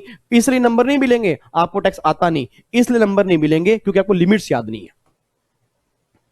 और लिमिट्स याद करने का तरीका वही एक है, वही एक बार बार बोलूंगा, सामने चिपकाओ, डेली मतलब पोर्शन करके उसको पढ़ना स्टार्ट कर दो, अपने आप याद हो जाएंगी। ठीक है जी। तो 80 का मतलब क्या निकल के आ रहा है, अगर मुझे एचआरए नहीं मिल रहा, मैं किराया पे कर रहा हूं, मुझे बेनिफिट क्लेम करना है, तो rent paid minus 10% of adjusted total income, या 5000 पर मंथ, या 25% ऑफ एडजस्टेड टोटल इनकम। और यहां पे कुछ ऐसा नहीं है मेट्रो सिटी में हो तो इतना, अदर सिटी में इतना, ऐसा कुछ नहीं है। वो सिर्फ एचआरए वाले केस में था, 80 में नहीं था। ठीक है जी। अच्छा, उसके बाद अब ये दोनों सेक्शन जो है ना, 80 जीजीए और 80 जीजीबी, ये दोनों सेक्शन इंटरलिंक है। याद आ रहा है कुछ आपने पीजीपी के चैप्टर में एक सेक्शन 35 दिया था साइंटिफिक रिसर्च का, और वहां पर मैंने कहा था अगर आप साइंटिफिक रिसर्च में, अगर आप बिजनेसमैन हो, अगर आप साइंटिफिक रिसर्च में कोई भी खर्चा कर रहे हो या किसी को डोनेशन दोगे, वो पब्लिक वेलफेयर में काम करेगा, तुम्हें बेनिफिट मिलेगा 100% और 150%। बट वो सब सेक्शन जो थे ना, वो सब सेक्शन किनके लिए थे, जो बिजनेसमैन है उनके लिए थे। एक बच्चा कहता है सर मेरे फादर जो है ना, मेरे फादर जो हैं वो बिजनेसमैन नहीं है, मेरे फादर सैलरी क्लास पर्सन है, और वो डोनेशन देना चाहते हैं, तो वो उनको बेनिफिट नहीं मिलेगा, मिलेगा 80 जीजीए के अंदर मिलेगा। देखो उसने क्या लिखा है, कोई भी असेसी जो बिजनेस प्रोफेशन में कवर नहीं है, अगर वो डिडक्शन करता है, अगर वो डोनेशन देता है रिसर्च के लिए, यहां पे डोनेशन आएगा, अगर वो डोनेशन देता है रिसर्च के लिए, तो वो 100% बेनिफिट यहां पे क्लेम कर लेगा। बस ये पर ध्यान देना। तो सर आज अगर आप बिजनेसमैन हो, अगर आप डोनेशन दोगे तो सेक्शन नंबर 35 के अंदर कवर हो जाओगे। अगर बिजनेसमैन नहीं हो, फिर रिसर्च इंस्टीट्यूट को डोनेशन दोगे, तो आप 80 जीजीए के अंदर कवर हो जाओगे। तो 80 जीजीए के अंदर कौन कवर होते हैं, जो बिजनेसमैन नहीं होते बट रिसर्च इंस्टीट्यूट को डोनेशन देते हैं, वो सब इसके अंदर कवर हो जाते हैं। उसके बाद अगर पॉलिटिकल पार्टी को डोनेशन दे रहा हूं, आपको मैंने पहले भी कहा था पॉलिटिकल पार्टी को अगर डोनेशन दोगे तो अलाउड है, बट कैश में नहीं अलाउड होती, अदर देन कैश में अलाउड होती है। तो अगर मैंने मान लो पॉलिटिकल पार्टी को डोनेशन दी है, तो उस केस में गवर्नमेंट कहती है अगर तुम कंपनी हो तो फिर तो डिडक्शन क्लेम कर लो पूरी 100% इस सेक्शन में, बट अगर तुम अदर देन कंपनी हो तब तुम्हें बेनिफिट मिलेगा 80 जीडीसी के अंदर, कितना मिलेगा, 100% ही मिलेगा। तो अगर मैं कंपनी हूं तो बेनिफिट क्लेम करूंगा 100%, अगर मैं अदर देन कंपनी हूं except local authority, local authority यहां पे कवर नहीं होगी, तो आप 100% डिडक्शन यहां पे क्लेम कर लोगे। तो आज जितने भी लोग पॉलिटिकल पार्टी को, बीजेपी को, समाजवादी पार्टी को, कांग्रेस को, आम आदमी पार्टी को, जितने लोग डोनेशन देते हैं और चेक के थ्रू या ऑनलाइन मोड में, सब बेनिफिट क्लेम करते हैं इन दोनों सेक्शन का, यह बात ध्यान देना। तो सर आज ये दोनों सेक्शन जो हैं, ये दोनों सेक्शन जो हैं वो किसके लिए हैं, पॉलिटिकल पार्टी को जो डोनेशन दे रहे हो, उस केस में तुम्हारे हाथ में ट्रीटमेंट क्या होगा, 80 जीजीबी कंपनी के लिए, 80 जीजीसी अदर देन कंपनी के लिए, बस ध्यान देना। ठीक है जी। उसके बाद ये दोनों सेक्शन ये हमारे रॉयल्टी के हैं, देखो ये रॉयल्टी और ये भी किसका है, रॉयल्टी का। इन दोनों के अंदर फर्क क्या है, ये कॉपीराइट की रॉयल्टी है और ये पेरेंट्स की रॉयल्टी है। एक बात मैंने सोच के बोलना, यार मार्केट में जो मेरी बुक्स जाती हैं, उस बुक्स का मैंने कॉपीराइट दिया हुआ है और उस कॉपीराइट के बदले मुझे रॉयल्टी मिलती है, तो उस कॉपीराइट के बदले जो मुझे रॉयल्टी पे करता होगा ना, वो डिडक्शन क्लेम करता होगा रॉयल्टी पेमेंट की, कितनी, मैक्सिमम 3 लाख रुपए। मतलब जितनी वो रॉयल्टी पे करेगा वो, और 3 लाख भी चेवर इज लेस। ये क्वेश्चन भी आपके एग्जाम में आ चुका है कि 80 QQB में जो रॉयल्टी की डिडक्शन है मैक्सिमम कितनी मिलती है, 3 लाख। ये क्वेश्चन आया था बस। अब सोच के बोलना, जिसको 3 लाख की लिमिट ही ध्यान नहीं है उसके लिए पेपर मुश्किल बन गया, और जिसको 3 लाख की लिमिट ध्यान है, इससे आसान क्वेश्चन कुछ भी नहीं था। तो इसलिए पूरे चैप्टर में ना आप देख लो भर भर के लिमिट्स हैं, भर भर के लिमिट है सर, भर भर के लिमिट है, और लिमिट याद करनी पड़ेंगी, बिना लिमिट याद के नंबर तो मिलेंगे नहीं। तो इतना ध्यान देना, अगर रॉयल्टी मैं कॉपीराइट की बात करूं या रॉयल्टी में पेटेंट्स की बात करूं, दोनों ही केस में बेनिफिट 3 लाख का ही मिलना है, बस ये बात ध्यान दो। तो यहां पर भी लिमिट सेम देखो लिखी है और यहां पर भी लिमिट सेम लिखी है। फर्क क्या है, 80 RRB के अंदर पेटेंट्स की रॉयल्टी है और 80 QQB के अंदर किसकी रॉयल्टी है, कॉपीराइट की रॉयल्टी है। ठीक है जी। उसके बाद लास्ट 2 सेक्शन देखो जी, एक सेक्शन है 80 TTA और एक 80 TTB। ये सेक्शन अभी आया था नया, इस बार नहीं, लास्ट बजट के अंदर आया था। Interest on saving deposit. आज सेविंग में जो डिपॉजिट मेरा है, आज मान लो मेरा सेविंग के अंदर अकाउंट है, उसका जो मुझे इंटरेस्ट मिलता है, तो गवर्नमेंट कहती है हम तुम्हें उसकी डिडक्शन देंगे, कितनी देंगे, मैक्सिमम 10,000। बट ये सेक्शन ध्यान रखना, सेक्शन इंडिविजुअल एचएफ पे लगेगा एक्सेप्ट रेजिडेंट इंडिविजुअल जिनकी एज 60 साल या उससे ऊपर होती है। इट मींस अगर मेरे दादाजी हैं, मेरी दादी जी हैं, मेरे फादर हैं, मदर हैं, उनकी एज 60 साल या उससे ऊपर है, उनकी बैंक में एफडी है, उनका सेविंग में अकाउंट है, उनको इंटरेस्ट मिल रहा है, उनको 80 टीटीए नहीं मिलेगा, उनको 80 टीटीबी मिलेगा। और कमाल की बात देखो, उन सब के लिए डिडक्शन कितनी मिलेगी? 50,000। मतलब बहुत बढ़िया बेनिफिट गवर्नमेंट लेके आई है, बहुत जबरदस्त बेनिफिट गवर्नमेंट लेके आई है। गवर्नमेंट ये बात कहना चाह रही है जितने भी लोग सीनियर सिटीजन हैं, उनको बैंकों में उनकी एफडी है, सेविंग है, टाइम डिपॉजिट है, कुछ भी है, उनको वहां से इंटरेस्ट आ रहा है ना, तो 50,000 तक की डिडक्शन हम उन्हें अलाउड कर देंगे 80 टीटीबी के अंदर। और अगर तुम सीनियर सिटीजन नहीं हो, तुम्हारा सेविंग अकाउंट है, उसमें तुम्हें इंटरेस्ट आ रहा है, डिडक्शन तुम्हें कितनी मिलेगी? 10,000 रुपए की 80 टीटीए के अंदर। तो ये सारी लिमिट्स आपकी डिडक्शन के चैप्टर में हैं। बच्चा कह रहा है ओ माय गॉड सर कमाल हो गई, इतना लंबा चौड़ा चैप्टर और लिमिट्स भर भर के कैसे याद होंगी? दिखाऊं कैसे याद होंगी आपको, मैं दिखाता हूं। सीधे बैठो, सीधे बैठो।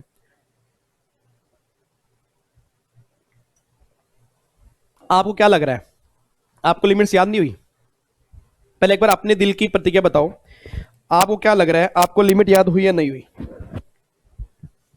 मुझे ऐसा लग रहा है, अभी तो मैंने आपसे पूछा नहीं ना, मुझे ऐसा लग रहा है मैं किसी बच्चे को भी खड़ा करके पूछ लूंगा ना, 50% लिमिट तो वो बता ही देगा। मुझे विश्वास है अपने ऊपर, आपके ऊपर नहीं, मुझे अपने ऊपर विश्वास है कि 50% लिमिट तो कोई भी बच्चा खड़ा कर लूंगा ना, जिसने सिर्फ सुना भी नहीं होगा सही ढंग से, वो भी बता देगा। बच्चा अगर कमाल कर दिया आपके विश्वास ने, ऐसा कैसे हो सकता है? मुझे विश्वास है। कौन बताएगा जी, बताओ, खुद कोई बताना चाहता हो? सारी लिमिट्स नहीं, सारी लिमिट्स नहीं, जो लिमिट्स याद है बस वो बता दो।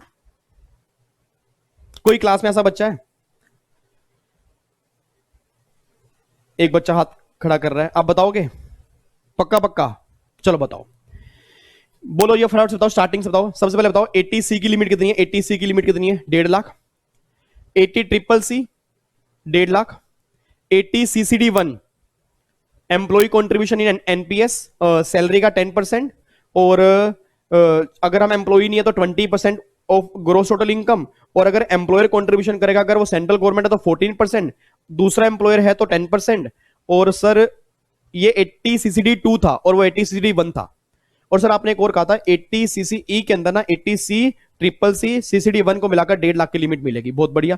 अच्छा एक मैंने और भी कहा था 80 CCD1B, उसकी लिमिट अलग से कितनी मिलेगी? 50,000। ठीक है जी। अगला बताओ 80D मेडिकल इंश्योरेंस 25,000 और 50,000 मेरी, 25,000 50,000 मेरे पेरेंट्स की, और 5,000 रुपए प्रिवेंटिव हेल्थ चेकअप के। और अगर मान लो मेरे पेरेंट्स का अगर इंश्योरेंस नहीं है, उनके ऊपर मेडिकल खर्चा हो रहा है, तो 50,000 रुपए उनको मेडिकल एक्सपेंडिचर की डिडक्शन मिल जाएगी।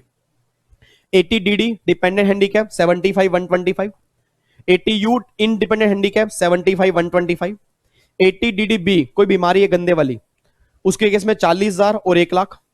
ठीक है नी। उसके बाद फिर 80DDB हो गया, फिर हमारा हो गया 80E हायर एजुकेशन के लिए कोई लोन लोगे 8 साल तक 100% डिडक्शन मिलेगी। 80EE अगर इंटरेस्ट पे किया हाउसिंग लोन पर तो 50,000 रुपए। अब जो नया सेक्शन आया 80EEA, उसमें घर की वैल्यू 45 लाख रुपए, डिडक्शन मिलेगी 1.5 लाख रुपए।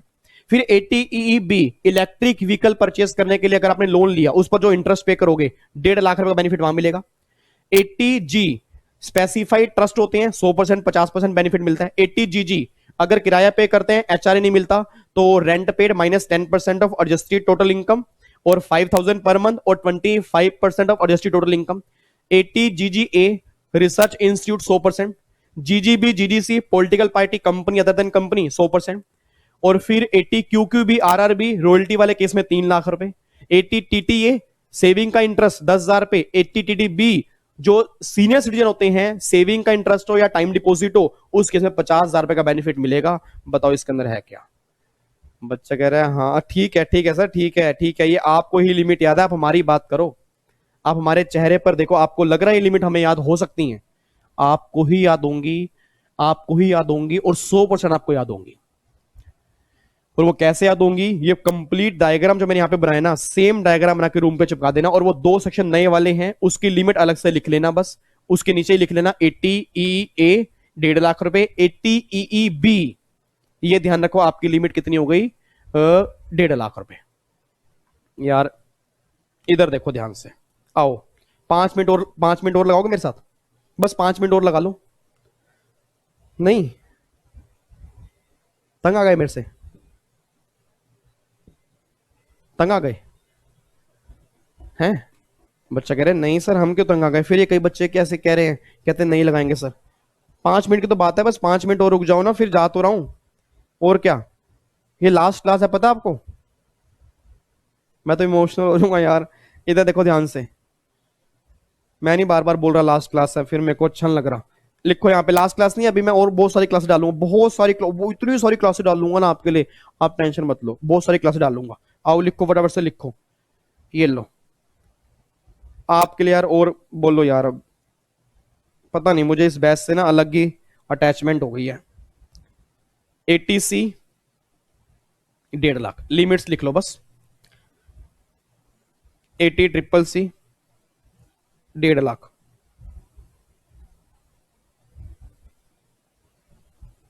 ATCCD1 10% ऑफ सैलरी, ये एम्प्लॉई है, ये अदर है, इन सबको मिलाकर total 1.5 lakh. ATCCE, ATCCD1B 50,000, ATCCD2 14% of salary, central government,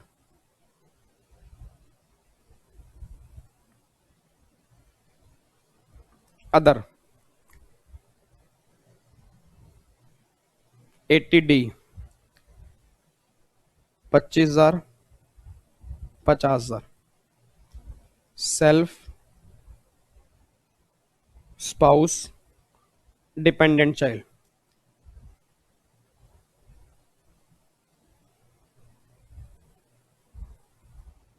parents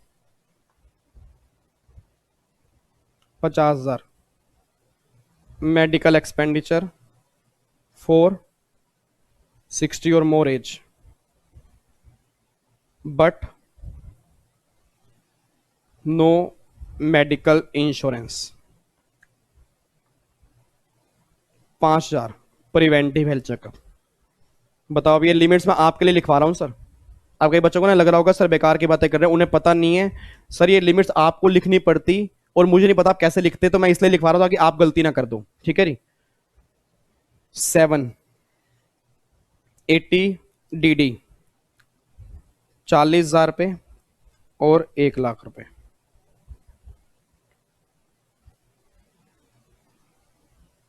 eighty, नहीं नहीं 80DD B है ये, 80DD, 80DD तो अब आएगा डिपेंडेंट हैंडीकैप, 75,000 1,25,000, 80U 75,000 1,25,000। उसके अलावा है 80G 100% और 50%, 80E 100% interest up to 8 year, 80EE 50,000 housing loan का जो इंटरेस्ट है, 80EEA जो नया सेक्शन आया है 1.5 लाख, 80EEB इलेक्ट्रिक व्हीकल वाला 1.5 lakh,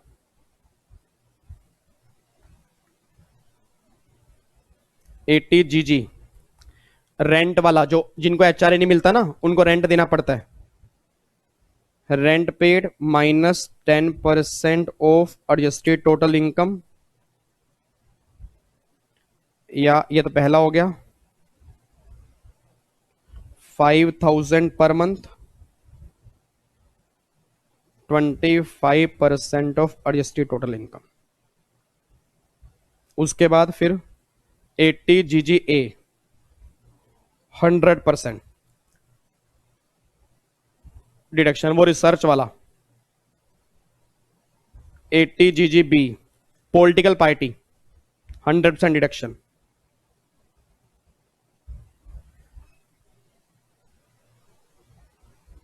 80 GGC, political party other than company.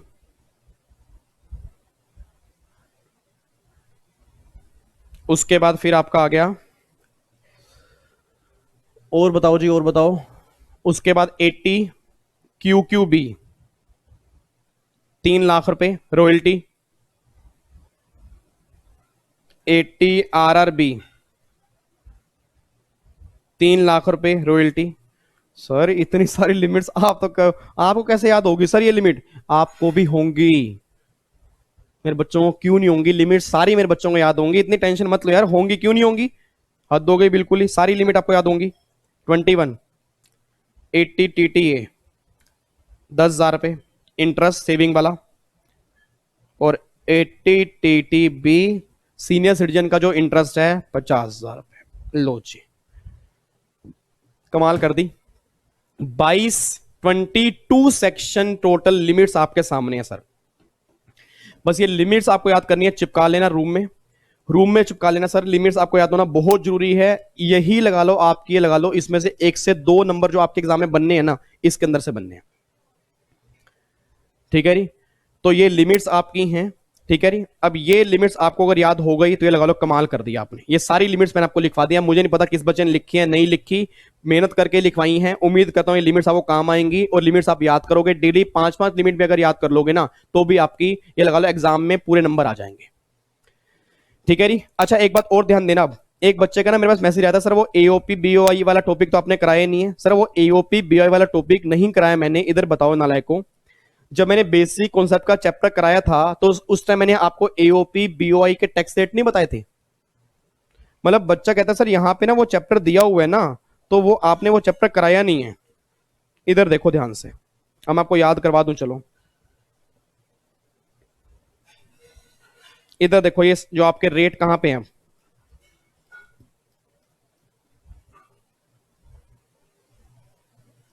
ये देख लो जी, ये देख लो। ये आप ऐसा करना, बुक खोल लेना, पहली क्लास खोल लेना, पहली या दूसरी क्लास खोल लेना, और उसमें देख लेना ये रेट आपने लिखे हुए थे नहीं लिखे हुए थे। ये वाले कहां गए?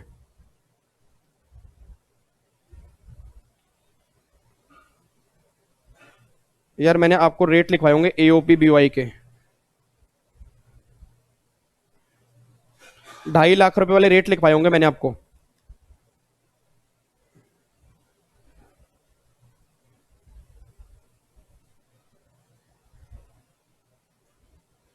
ये रहा, नहीं, हाँ ये देखो ना, ये देखो जी, AOP BOI artificial judicial person, ये रेट मैंने आपको लिखवाए होंगे।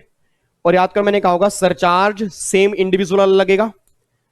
ठीक है जी, सरचार्ज सेम इंडिविजुअल लगेगा, और सेस लगेगा 4%। एक बार जाके पहली या दूसरी क्लास खोल लेना, जब मैंने आपको ये रेट लिखवाए होंगे ना, उसमें एओपी बीओआई के रेट आपने लिखे होंगे। तो टैक्सेशन ऑफ एओपी बीओआई में आपके टैक्स के रेट दिए होंगे कि एओपी बीओआई पर टैक्स के रेट क्या होते हैं, वही रेट एप्लीकेबल होते हैं। बट एक पॉइंट मुझे बस एओपी बीओआई का और बताना है, एक पॉइंट मुझे और बताना है। वैसे तो एओपी बीओआई के ऊपर रेट लगते हैं स्लैब रेट, ये वाले स्लैब रेट लगते हैं। बट कुछ केस में ना एओपी बीओआई पर 30% रेट भी एप्लीकेबल होता है। अब वो 30% रेट एप्लीकेबल कब होता है वो मैं आपको बता देता हूं। इसी के पॉइंट के नीचे लिख लेना जो आप लिख रहे हो ना, जो आपने लिमिट्स यहां लिखी हैं अभी, जो आपने लिमिट्स लिखी हैं इसके नीचे लिखना जी, टैक्स रेट्स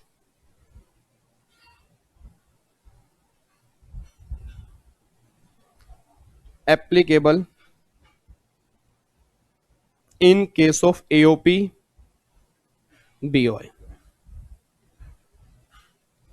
दो केस बनाओ जी।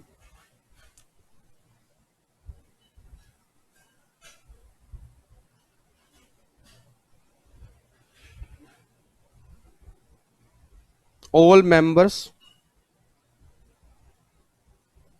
Of AOP BOI, all members of AOP BOI covered under slab rate and share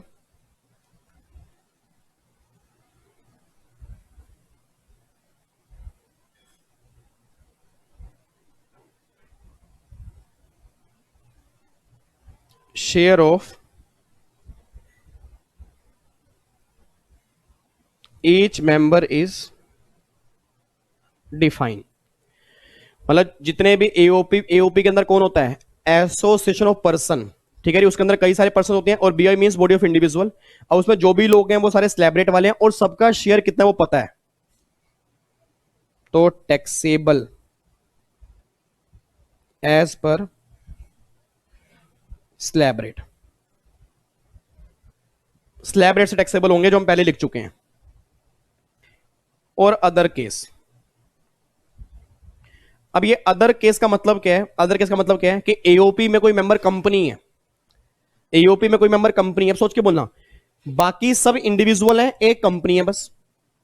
तो अगर एक कंपनी है तो कंपनी पर स्लैब रेट लगेंगे या दूसरे रेट लगेंगे, दूसरे 25 और 30% वाले, ठीक है। अब सोच के बोलना, अगर कंपनी एक मेंबर होगा ना तो ये कंडीशन ब्रेक हो जाएगी, क्योंकि मैंने क्या लिखा है, सभी मेंबर जो हैं, सभी मेंबर वो स्लैब रेट वाले होने चाहिए, या सारे मेंबर स्लैब रेट वाले हैं बट सबका शेयर कितना है वो नहीं पता, हर पर्सन का अलग अलग शेयर कितना है वो पता ही नहीं है।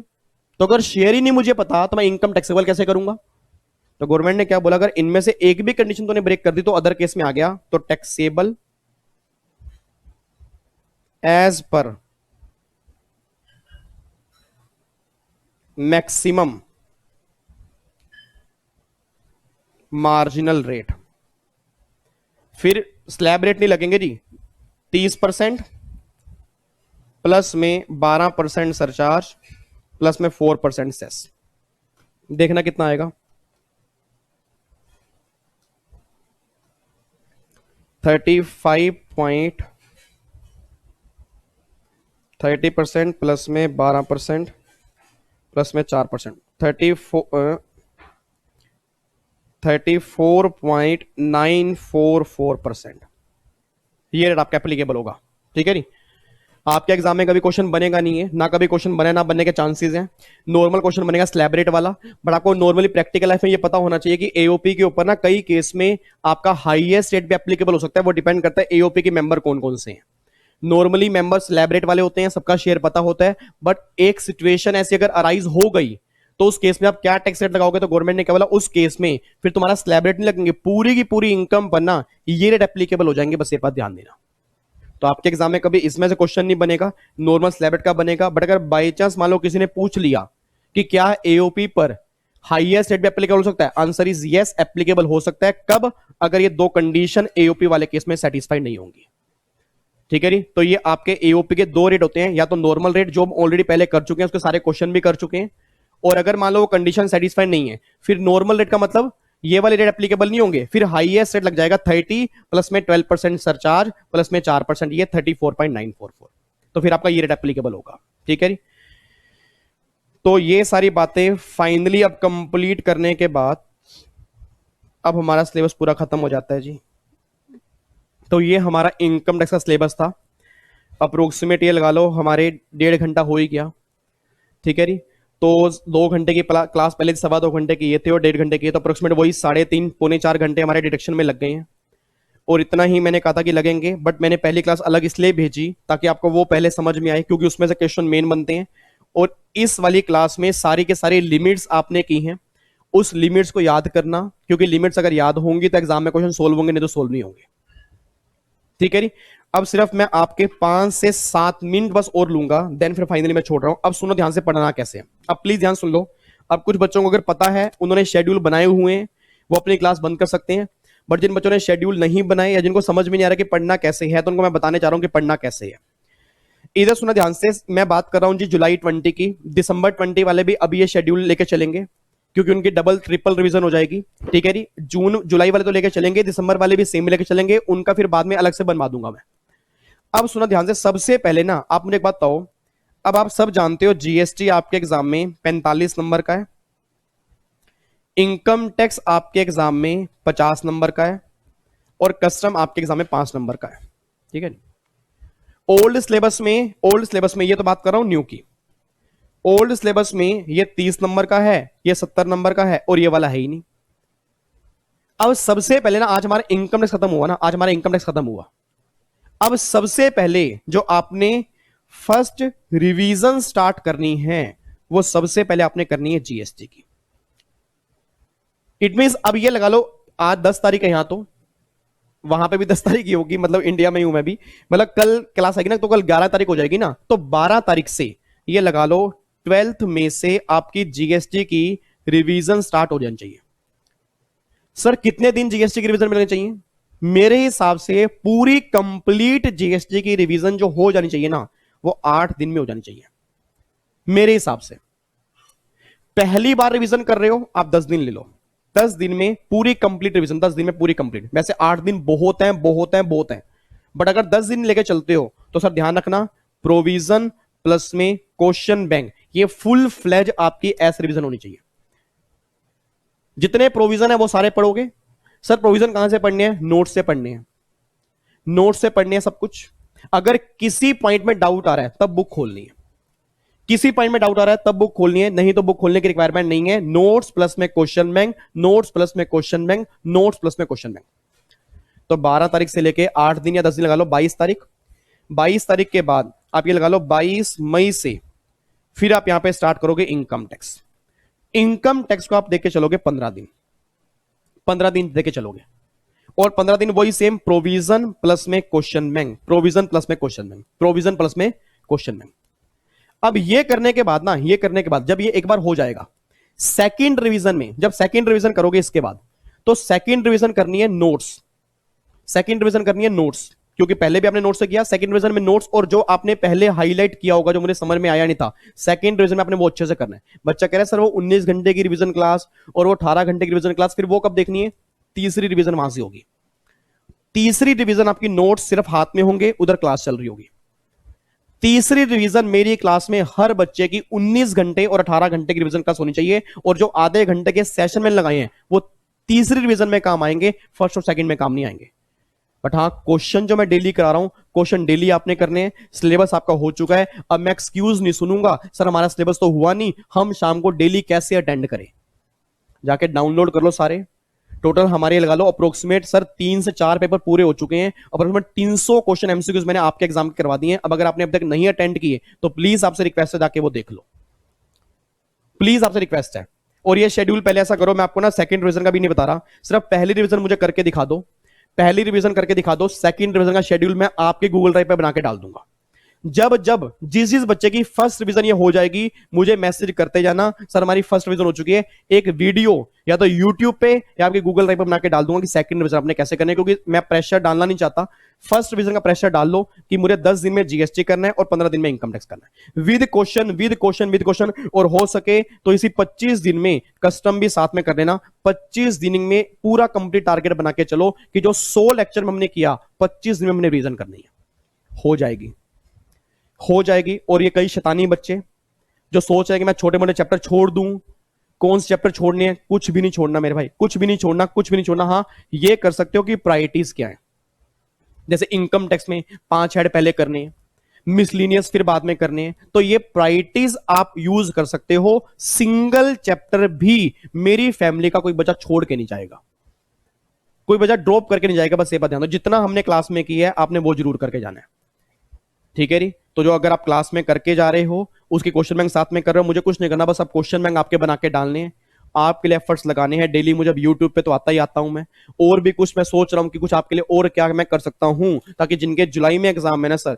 मेरे पास नंबर की भरमार आ जाए और मेरा दिल इतना खुश हो कि यार वाकई इस बार मैंने भी दिल से मेहनत की थी और बच्चों ने भी दिल से मेहनत की थी और बच्चों का रिजल्ट आया है। ठीक है री। तो पहले बस आप टारगेट बना के चलो कि सबने, दिसंबर वाले बच्चे हो, जुलाई वाले बच्चे हो, सबने मेरी एक बात माननी है, अगले 25 दिन में कंप्लीट टेक्स की रिवीजन करनी है विद क्वेश्चन बैंक। फिर आप मुझे मैसेज करोगे, देन मैं सेकंड शेड्यूल आपको बना के दूंगा। ठीक है री। और जहां जहां लिमिट्स आएंगी रिवीजन करते हुए, हाँ जी सुन लो, बस जा ही रहे हैं, ओके दादा बाय बाय कर रहे हैं, बच्चे ने बस्ता पैक कर ले, बच्चा कह रहा है मैं बस्ता पैक कर रहा हूं, बैग पैक कर रहा हूं, टिकटॉक पे, हाँ भाई टिकटॉक पे वीडियो बनानी है, फिर टिकटॉक पे वीडियो बनानी है, 2 मिनट में आजा, बस हमारा बैच खत्म हो गया। अब पूरे की पूरी रात हम टिकटॉक पे लगे रहेंगे, पूरी पूरी रात हम ludo PUBG, oh my God oh my God, हम पूरी पूरी रात अब गेम खेलेंगे। यस बैच खत्म हो गया। नाले को बैच खत्म हुआ, पेपर खत्म नहीं हुए। और ये पबजी लूडो छोड़ दो भी 2 महीने के लिए, 2 महीने के लिए छोड़ दो। एग्जाम है निकाल दो, एग्जाम है निकाल दो। पेरेंट्स की बहुत दिक्कत आ रही है, उनको पैसों की, उनकी दिक्कत आप सही कर दो, कम से कम जल्दी डिग्री ले लो, इस शॉर्ट में निकल जाओ, जुलाई में एग्जाम निकाल दो निकाल दो निकाल दो, नहीं तो पूरी जिंदगी पछताना पड़ेगा, पूरी जिंदगी। बस ये बात ध्यान देना और आप मेरी बातें याद करोगे। ठीक है जी। तो बस आपने फर्स्ट रिवीजन करके मुझे देनी है जी, फिर मैं आपका सेकंड रिवीजन का शेड्यूल बनाऊंगा। और जितने बच्चे हैं जहां लिमिट्स आ रही है रिवीजन करते हुए, उसको हाईलाइट करो, हाईलाइट करो, लिमिट्स को हाईलाइट करो, ताकि सेकंड रिवीजन में लिमिट्स पे ध्यान पूरा जाए। और बाकी मैं आपको अच्छा मैं आप क्या दूंगा आने वाले टाइम में, बस मैं यूट्यूब पे वीडियो बना के डाल दूंगा, सारी लिमिट्स मैं इकट्ठी करके दूंगा, सारे सेक्शन नंबर जो याद करने हैं वो मैं आपको दूंगा, सारे फॉर्म नंबर जो याद करने हैं वो बना के दूंगा। टेंशन मत लो सर। बट ऐसा नहीं है कि आप मेरे ऊपर डिपेंडेंट हो जाओगे, मेरे ऊपर डिपेंडेंट मत होना, इंडिपेंडेंट बनना आपने, इंडिपेंडेंट। ठीक है री। मैं तो काम करूंगा ही करूंगा आपके लिए, आपने भी अपने लिए खुद काम करना है, अपने पेरेंट्स के ड्रीम आपने पूरे करने हैं। ठीक है चलें फिर। ठीक है चलो फिर चलते हैं यार, मेरे तो अभी जाने का मन भी नहीं कर रहा यार। अब फेस टू फेस होते तो बड़ी दिक्कत होती है जब लास्ट क्लास होती है। ठीक है चलो कोई बात नहीं, तो मिलते हैं फिर, जब आपके अच्छे नंबर आएंगे फिर मिलेंगे। ठीक है जी। अब और जरूर आना मिलने के लिए यार, जरूर आना मिलने के लिए। मैं देखो रिजल्ट कैसा भी हो, रिजल्ट कैसा भी हो, खुशी हो या कैसी भी हो, शेयर करने के लिए जरूर आना, और जरूर मैसेज करना, चाहे पास हो चाहे कुछ भी हो। मैं तो फेल का सोच ही नहीं रहा, जरूर मैसेज करना सर, बहुत खुशी होती है एक टीचर को, पेरेंट्स से भी ना कई बार ज्यादा खुशी होती है। बिलीव मी, सिंगल सक्सेस का, पूरी क्लास में बोल रहा हूं 100 लेक्चर के बाद, सिंगल सक्सेस का आज मैं खुद बोल रहा हूं अपने मुंह से, क्रेडिट मेरा नहीं होगा, सब कुछ आपके पेरेंट्स का होगा, सब कुछ आपका होगा, बट खुशी थोड़ी मुझे हो जाएगी, क्योंकि जो मैंने एफर्ट्स लगाए, उम्मीद करता हूं कि आप मुझे मैसेज करोगे, उस टाइम आपका रिजल्ट आएगा। ठीक है, उम्मीद करता हूं कि आप अच्छे से मेहनत करोगे, उम्मीद करता हूं डेली जो 2 घंटे आप क्लास देखते थे उसको अब यूज करोगे अच्छे से, उम्मीद करता हूं कि आप मुझे याद करोगे डे बाय डे, और उम्मीद करता हूं कि आप मुझे मैसेज करोगे बैचेस कैसे रहे हैं। प्लीज मैसेज मुझे जरूर करना, बैच कैसा रहा, ठीक है, ताकि मुझे पता लगे इंप्रूवमेंट, कुछ भी जो आपके दिल में है, अच्छाई है बुराई है कुछ भी है, ये सब आपने सुनानी है। और एक बात और, जाते जाते लास्ट सिर्फ 2 सेकंड के लिए बोलूंगा, जिंदगी में अच्छे इंसान बनना, प्रोफेशनल में फिर मुलाकात होगी। ठीक है, अभी तो हमारे 100 लेक्चर लगे हैं, उसमें तो हमारे काफी लेक्चर, उसमें हमारे जीएसटी के 60 लेक्चर लगते हैं, तो अप्रोक्सीमेटली लगा लो 30 लेक्चर हमारे जीएसटी के और लगेंगे। सर इतने लेक्चर क्यों लगेंगे? वहां पे रूल्स हैं, बड़े बड़े क्वेश्चंस हैं, एक अलग ही लेवल की दुनिया दिखा दूंगा मैं वहां पे। ठीक है, वो प्रोफेशनल में देखते हैं, चलो उसके भी बात नहीं करें, तो प्रोफेशनल में मुलाकात जब होगी तब आप जब होगी, बट उससे पहले जिंदगी में जब तक प्रोफेशनल में अभी आना है, अच्छे इंसान बनना।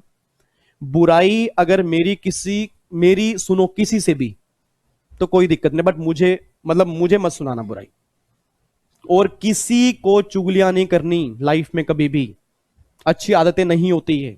अच्छे इंसान बनो, अच्छे इंसान बनो, हमेशा सबका भला भला बोलो, बुरा किसी का मत बोलो, बुरा किसी का मत सुनो। इंसान अच्छे बनो, डिग्री मिलेगी, इंसान अच्छे होंगे तो जिंदगी में आपको बहुत आगे अचीवमेंट मिलनी है। ठीक है, तो बस मेरे से अगर आपने कुछ सीखना है तो बस यही चीज सीख लेना कि हमेशा इंसान अच्छे बना, किसी की बुराई अपने मुंह से नहीं करनी। कोई अगर हमारे बारे में बुरा बोल रहा है, हमें रिस्पेक्ट देनी है, थैंक यू जी आपने मुझे बुरा बोला, मुझे मोटिवेशन मिला, मैं और अच्छे से काम करूंगा, बस बात खत्म। अपना काम में लग जाओ, काम में यार, काम में इतना व्यस्त हो जाओ यार, इतने सारे काम है, हमें उनकी बुराइयां सुनेंगे जिंदगी भर, हद होगी यार बिल्कुल ही। ठीक है जी, चलो तो फिर बाकी मुलाकात करते हैं, नेक्स्ट सेशन तो नहीं बोलूंगा, बाकी मुलाकात करेंगे यूट्यूब पर। ठीक है जी, सेम टाइम डेली शाम को 7 बजे, सेम जगह। ओके जी, बाय बाय, टाटा, thank you so much, Jai Hind Jai Hind Jai Hind, God bless you, love you, take care. और ध्यान रखना सर, ध्यान रखना, अब जितने भी आपके डाउट्स होंगे आप मुझे व्हाट्सएप करोगे, ज्यादा डाउट्स होंगे मैं गूगल ड्राइव पे क्लास डाल दूंगा। ठीक है। और कोई भी आपके डाउट्स होंगे निश्चिंत होकर आपने मुझे व्हाट्सएप करना है कि सर ये मेरा डाउट्स आ रहा है, कोशिश पूरी करूंगा उस डाउट को मैं सोल्व करने की। ओल्ड सिलेबस वाले बच्चे ध्यान से सुन लें, ओल्ड वालों की क्लास 12 तारीख तक आ जाएंगी उसी फोल्डर में, उसके अलावा उनका और कोई लेक्चर नहीं है, उनका भी सिलेबस कंप्लीट हो जाएगा। और न्यू वालों का फाइनली आज हमारा सिलेबस पूरा खत्म हो चुका है। ठीक है जी, bye bye, take care, love you, God bless you. फिर मुलाकात करूंगा प्रोफेशनल में, जल्दी जल्दी प्रोफेशनल में आओ, अपने चेहरे मुझे दिखाओ, फेस टू फेस क्लास लेंगे, गूगल ड्राइव जो भी होगा, बस प्रोफेशनल में आपको मैं जल्दी से जल्दी देखना चाहता हूं जी, अच्छे मार्क्स से, अच्छे मार्क्स से आपके चेहरे पे स्माइल हो, पेरेंट्स भी मुझसे मिलने के लिए आए कि बेटा बहुत अच्छे मार्क्स से पास हुआ है, मुझे भी बहुत खुशी हो। ठीक है, लव यू, टेक केयर यार, गॉड ब्लेस यू, जय हिंद, जय माता दी।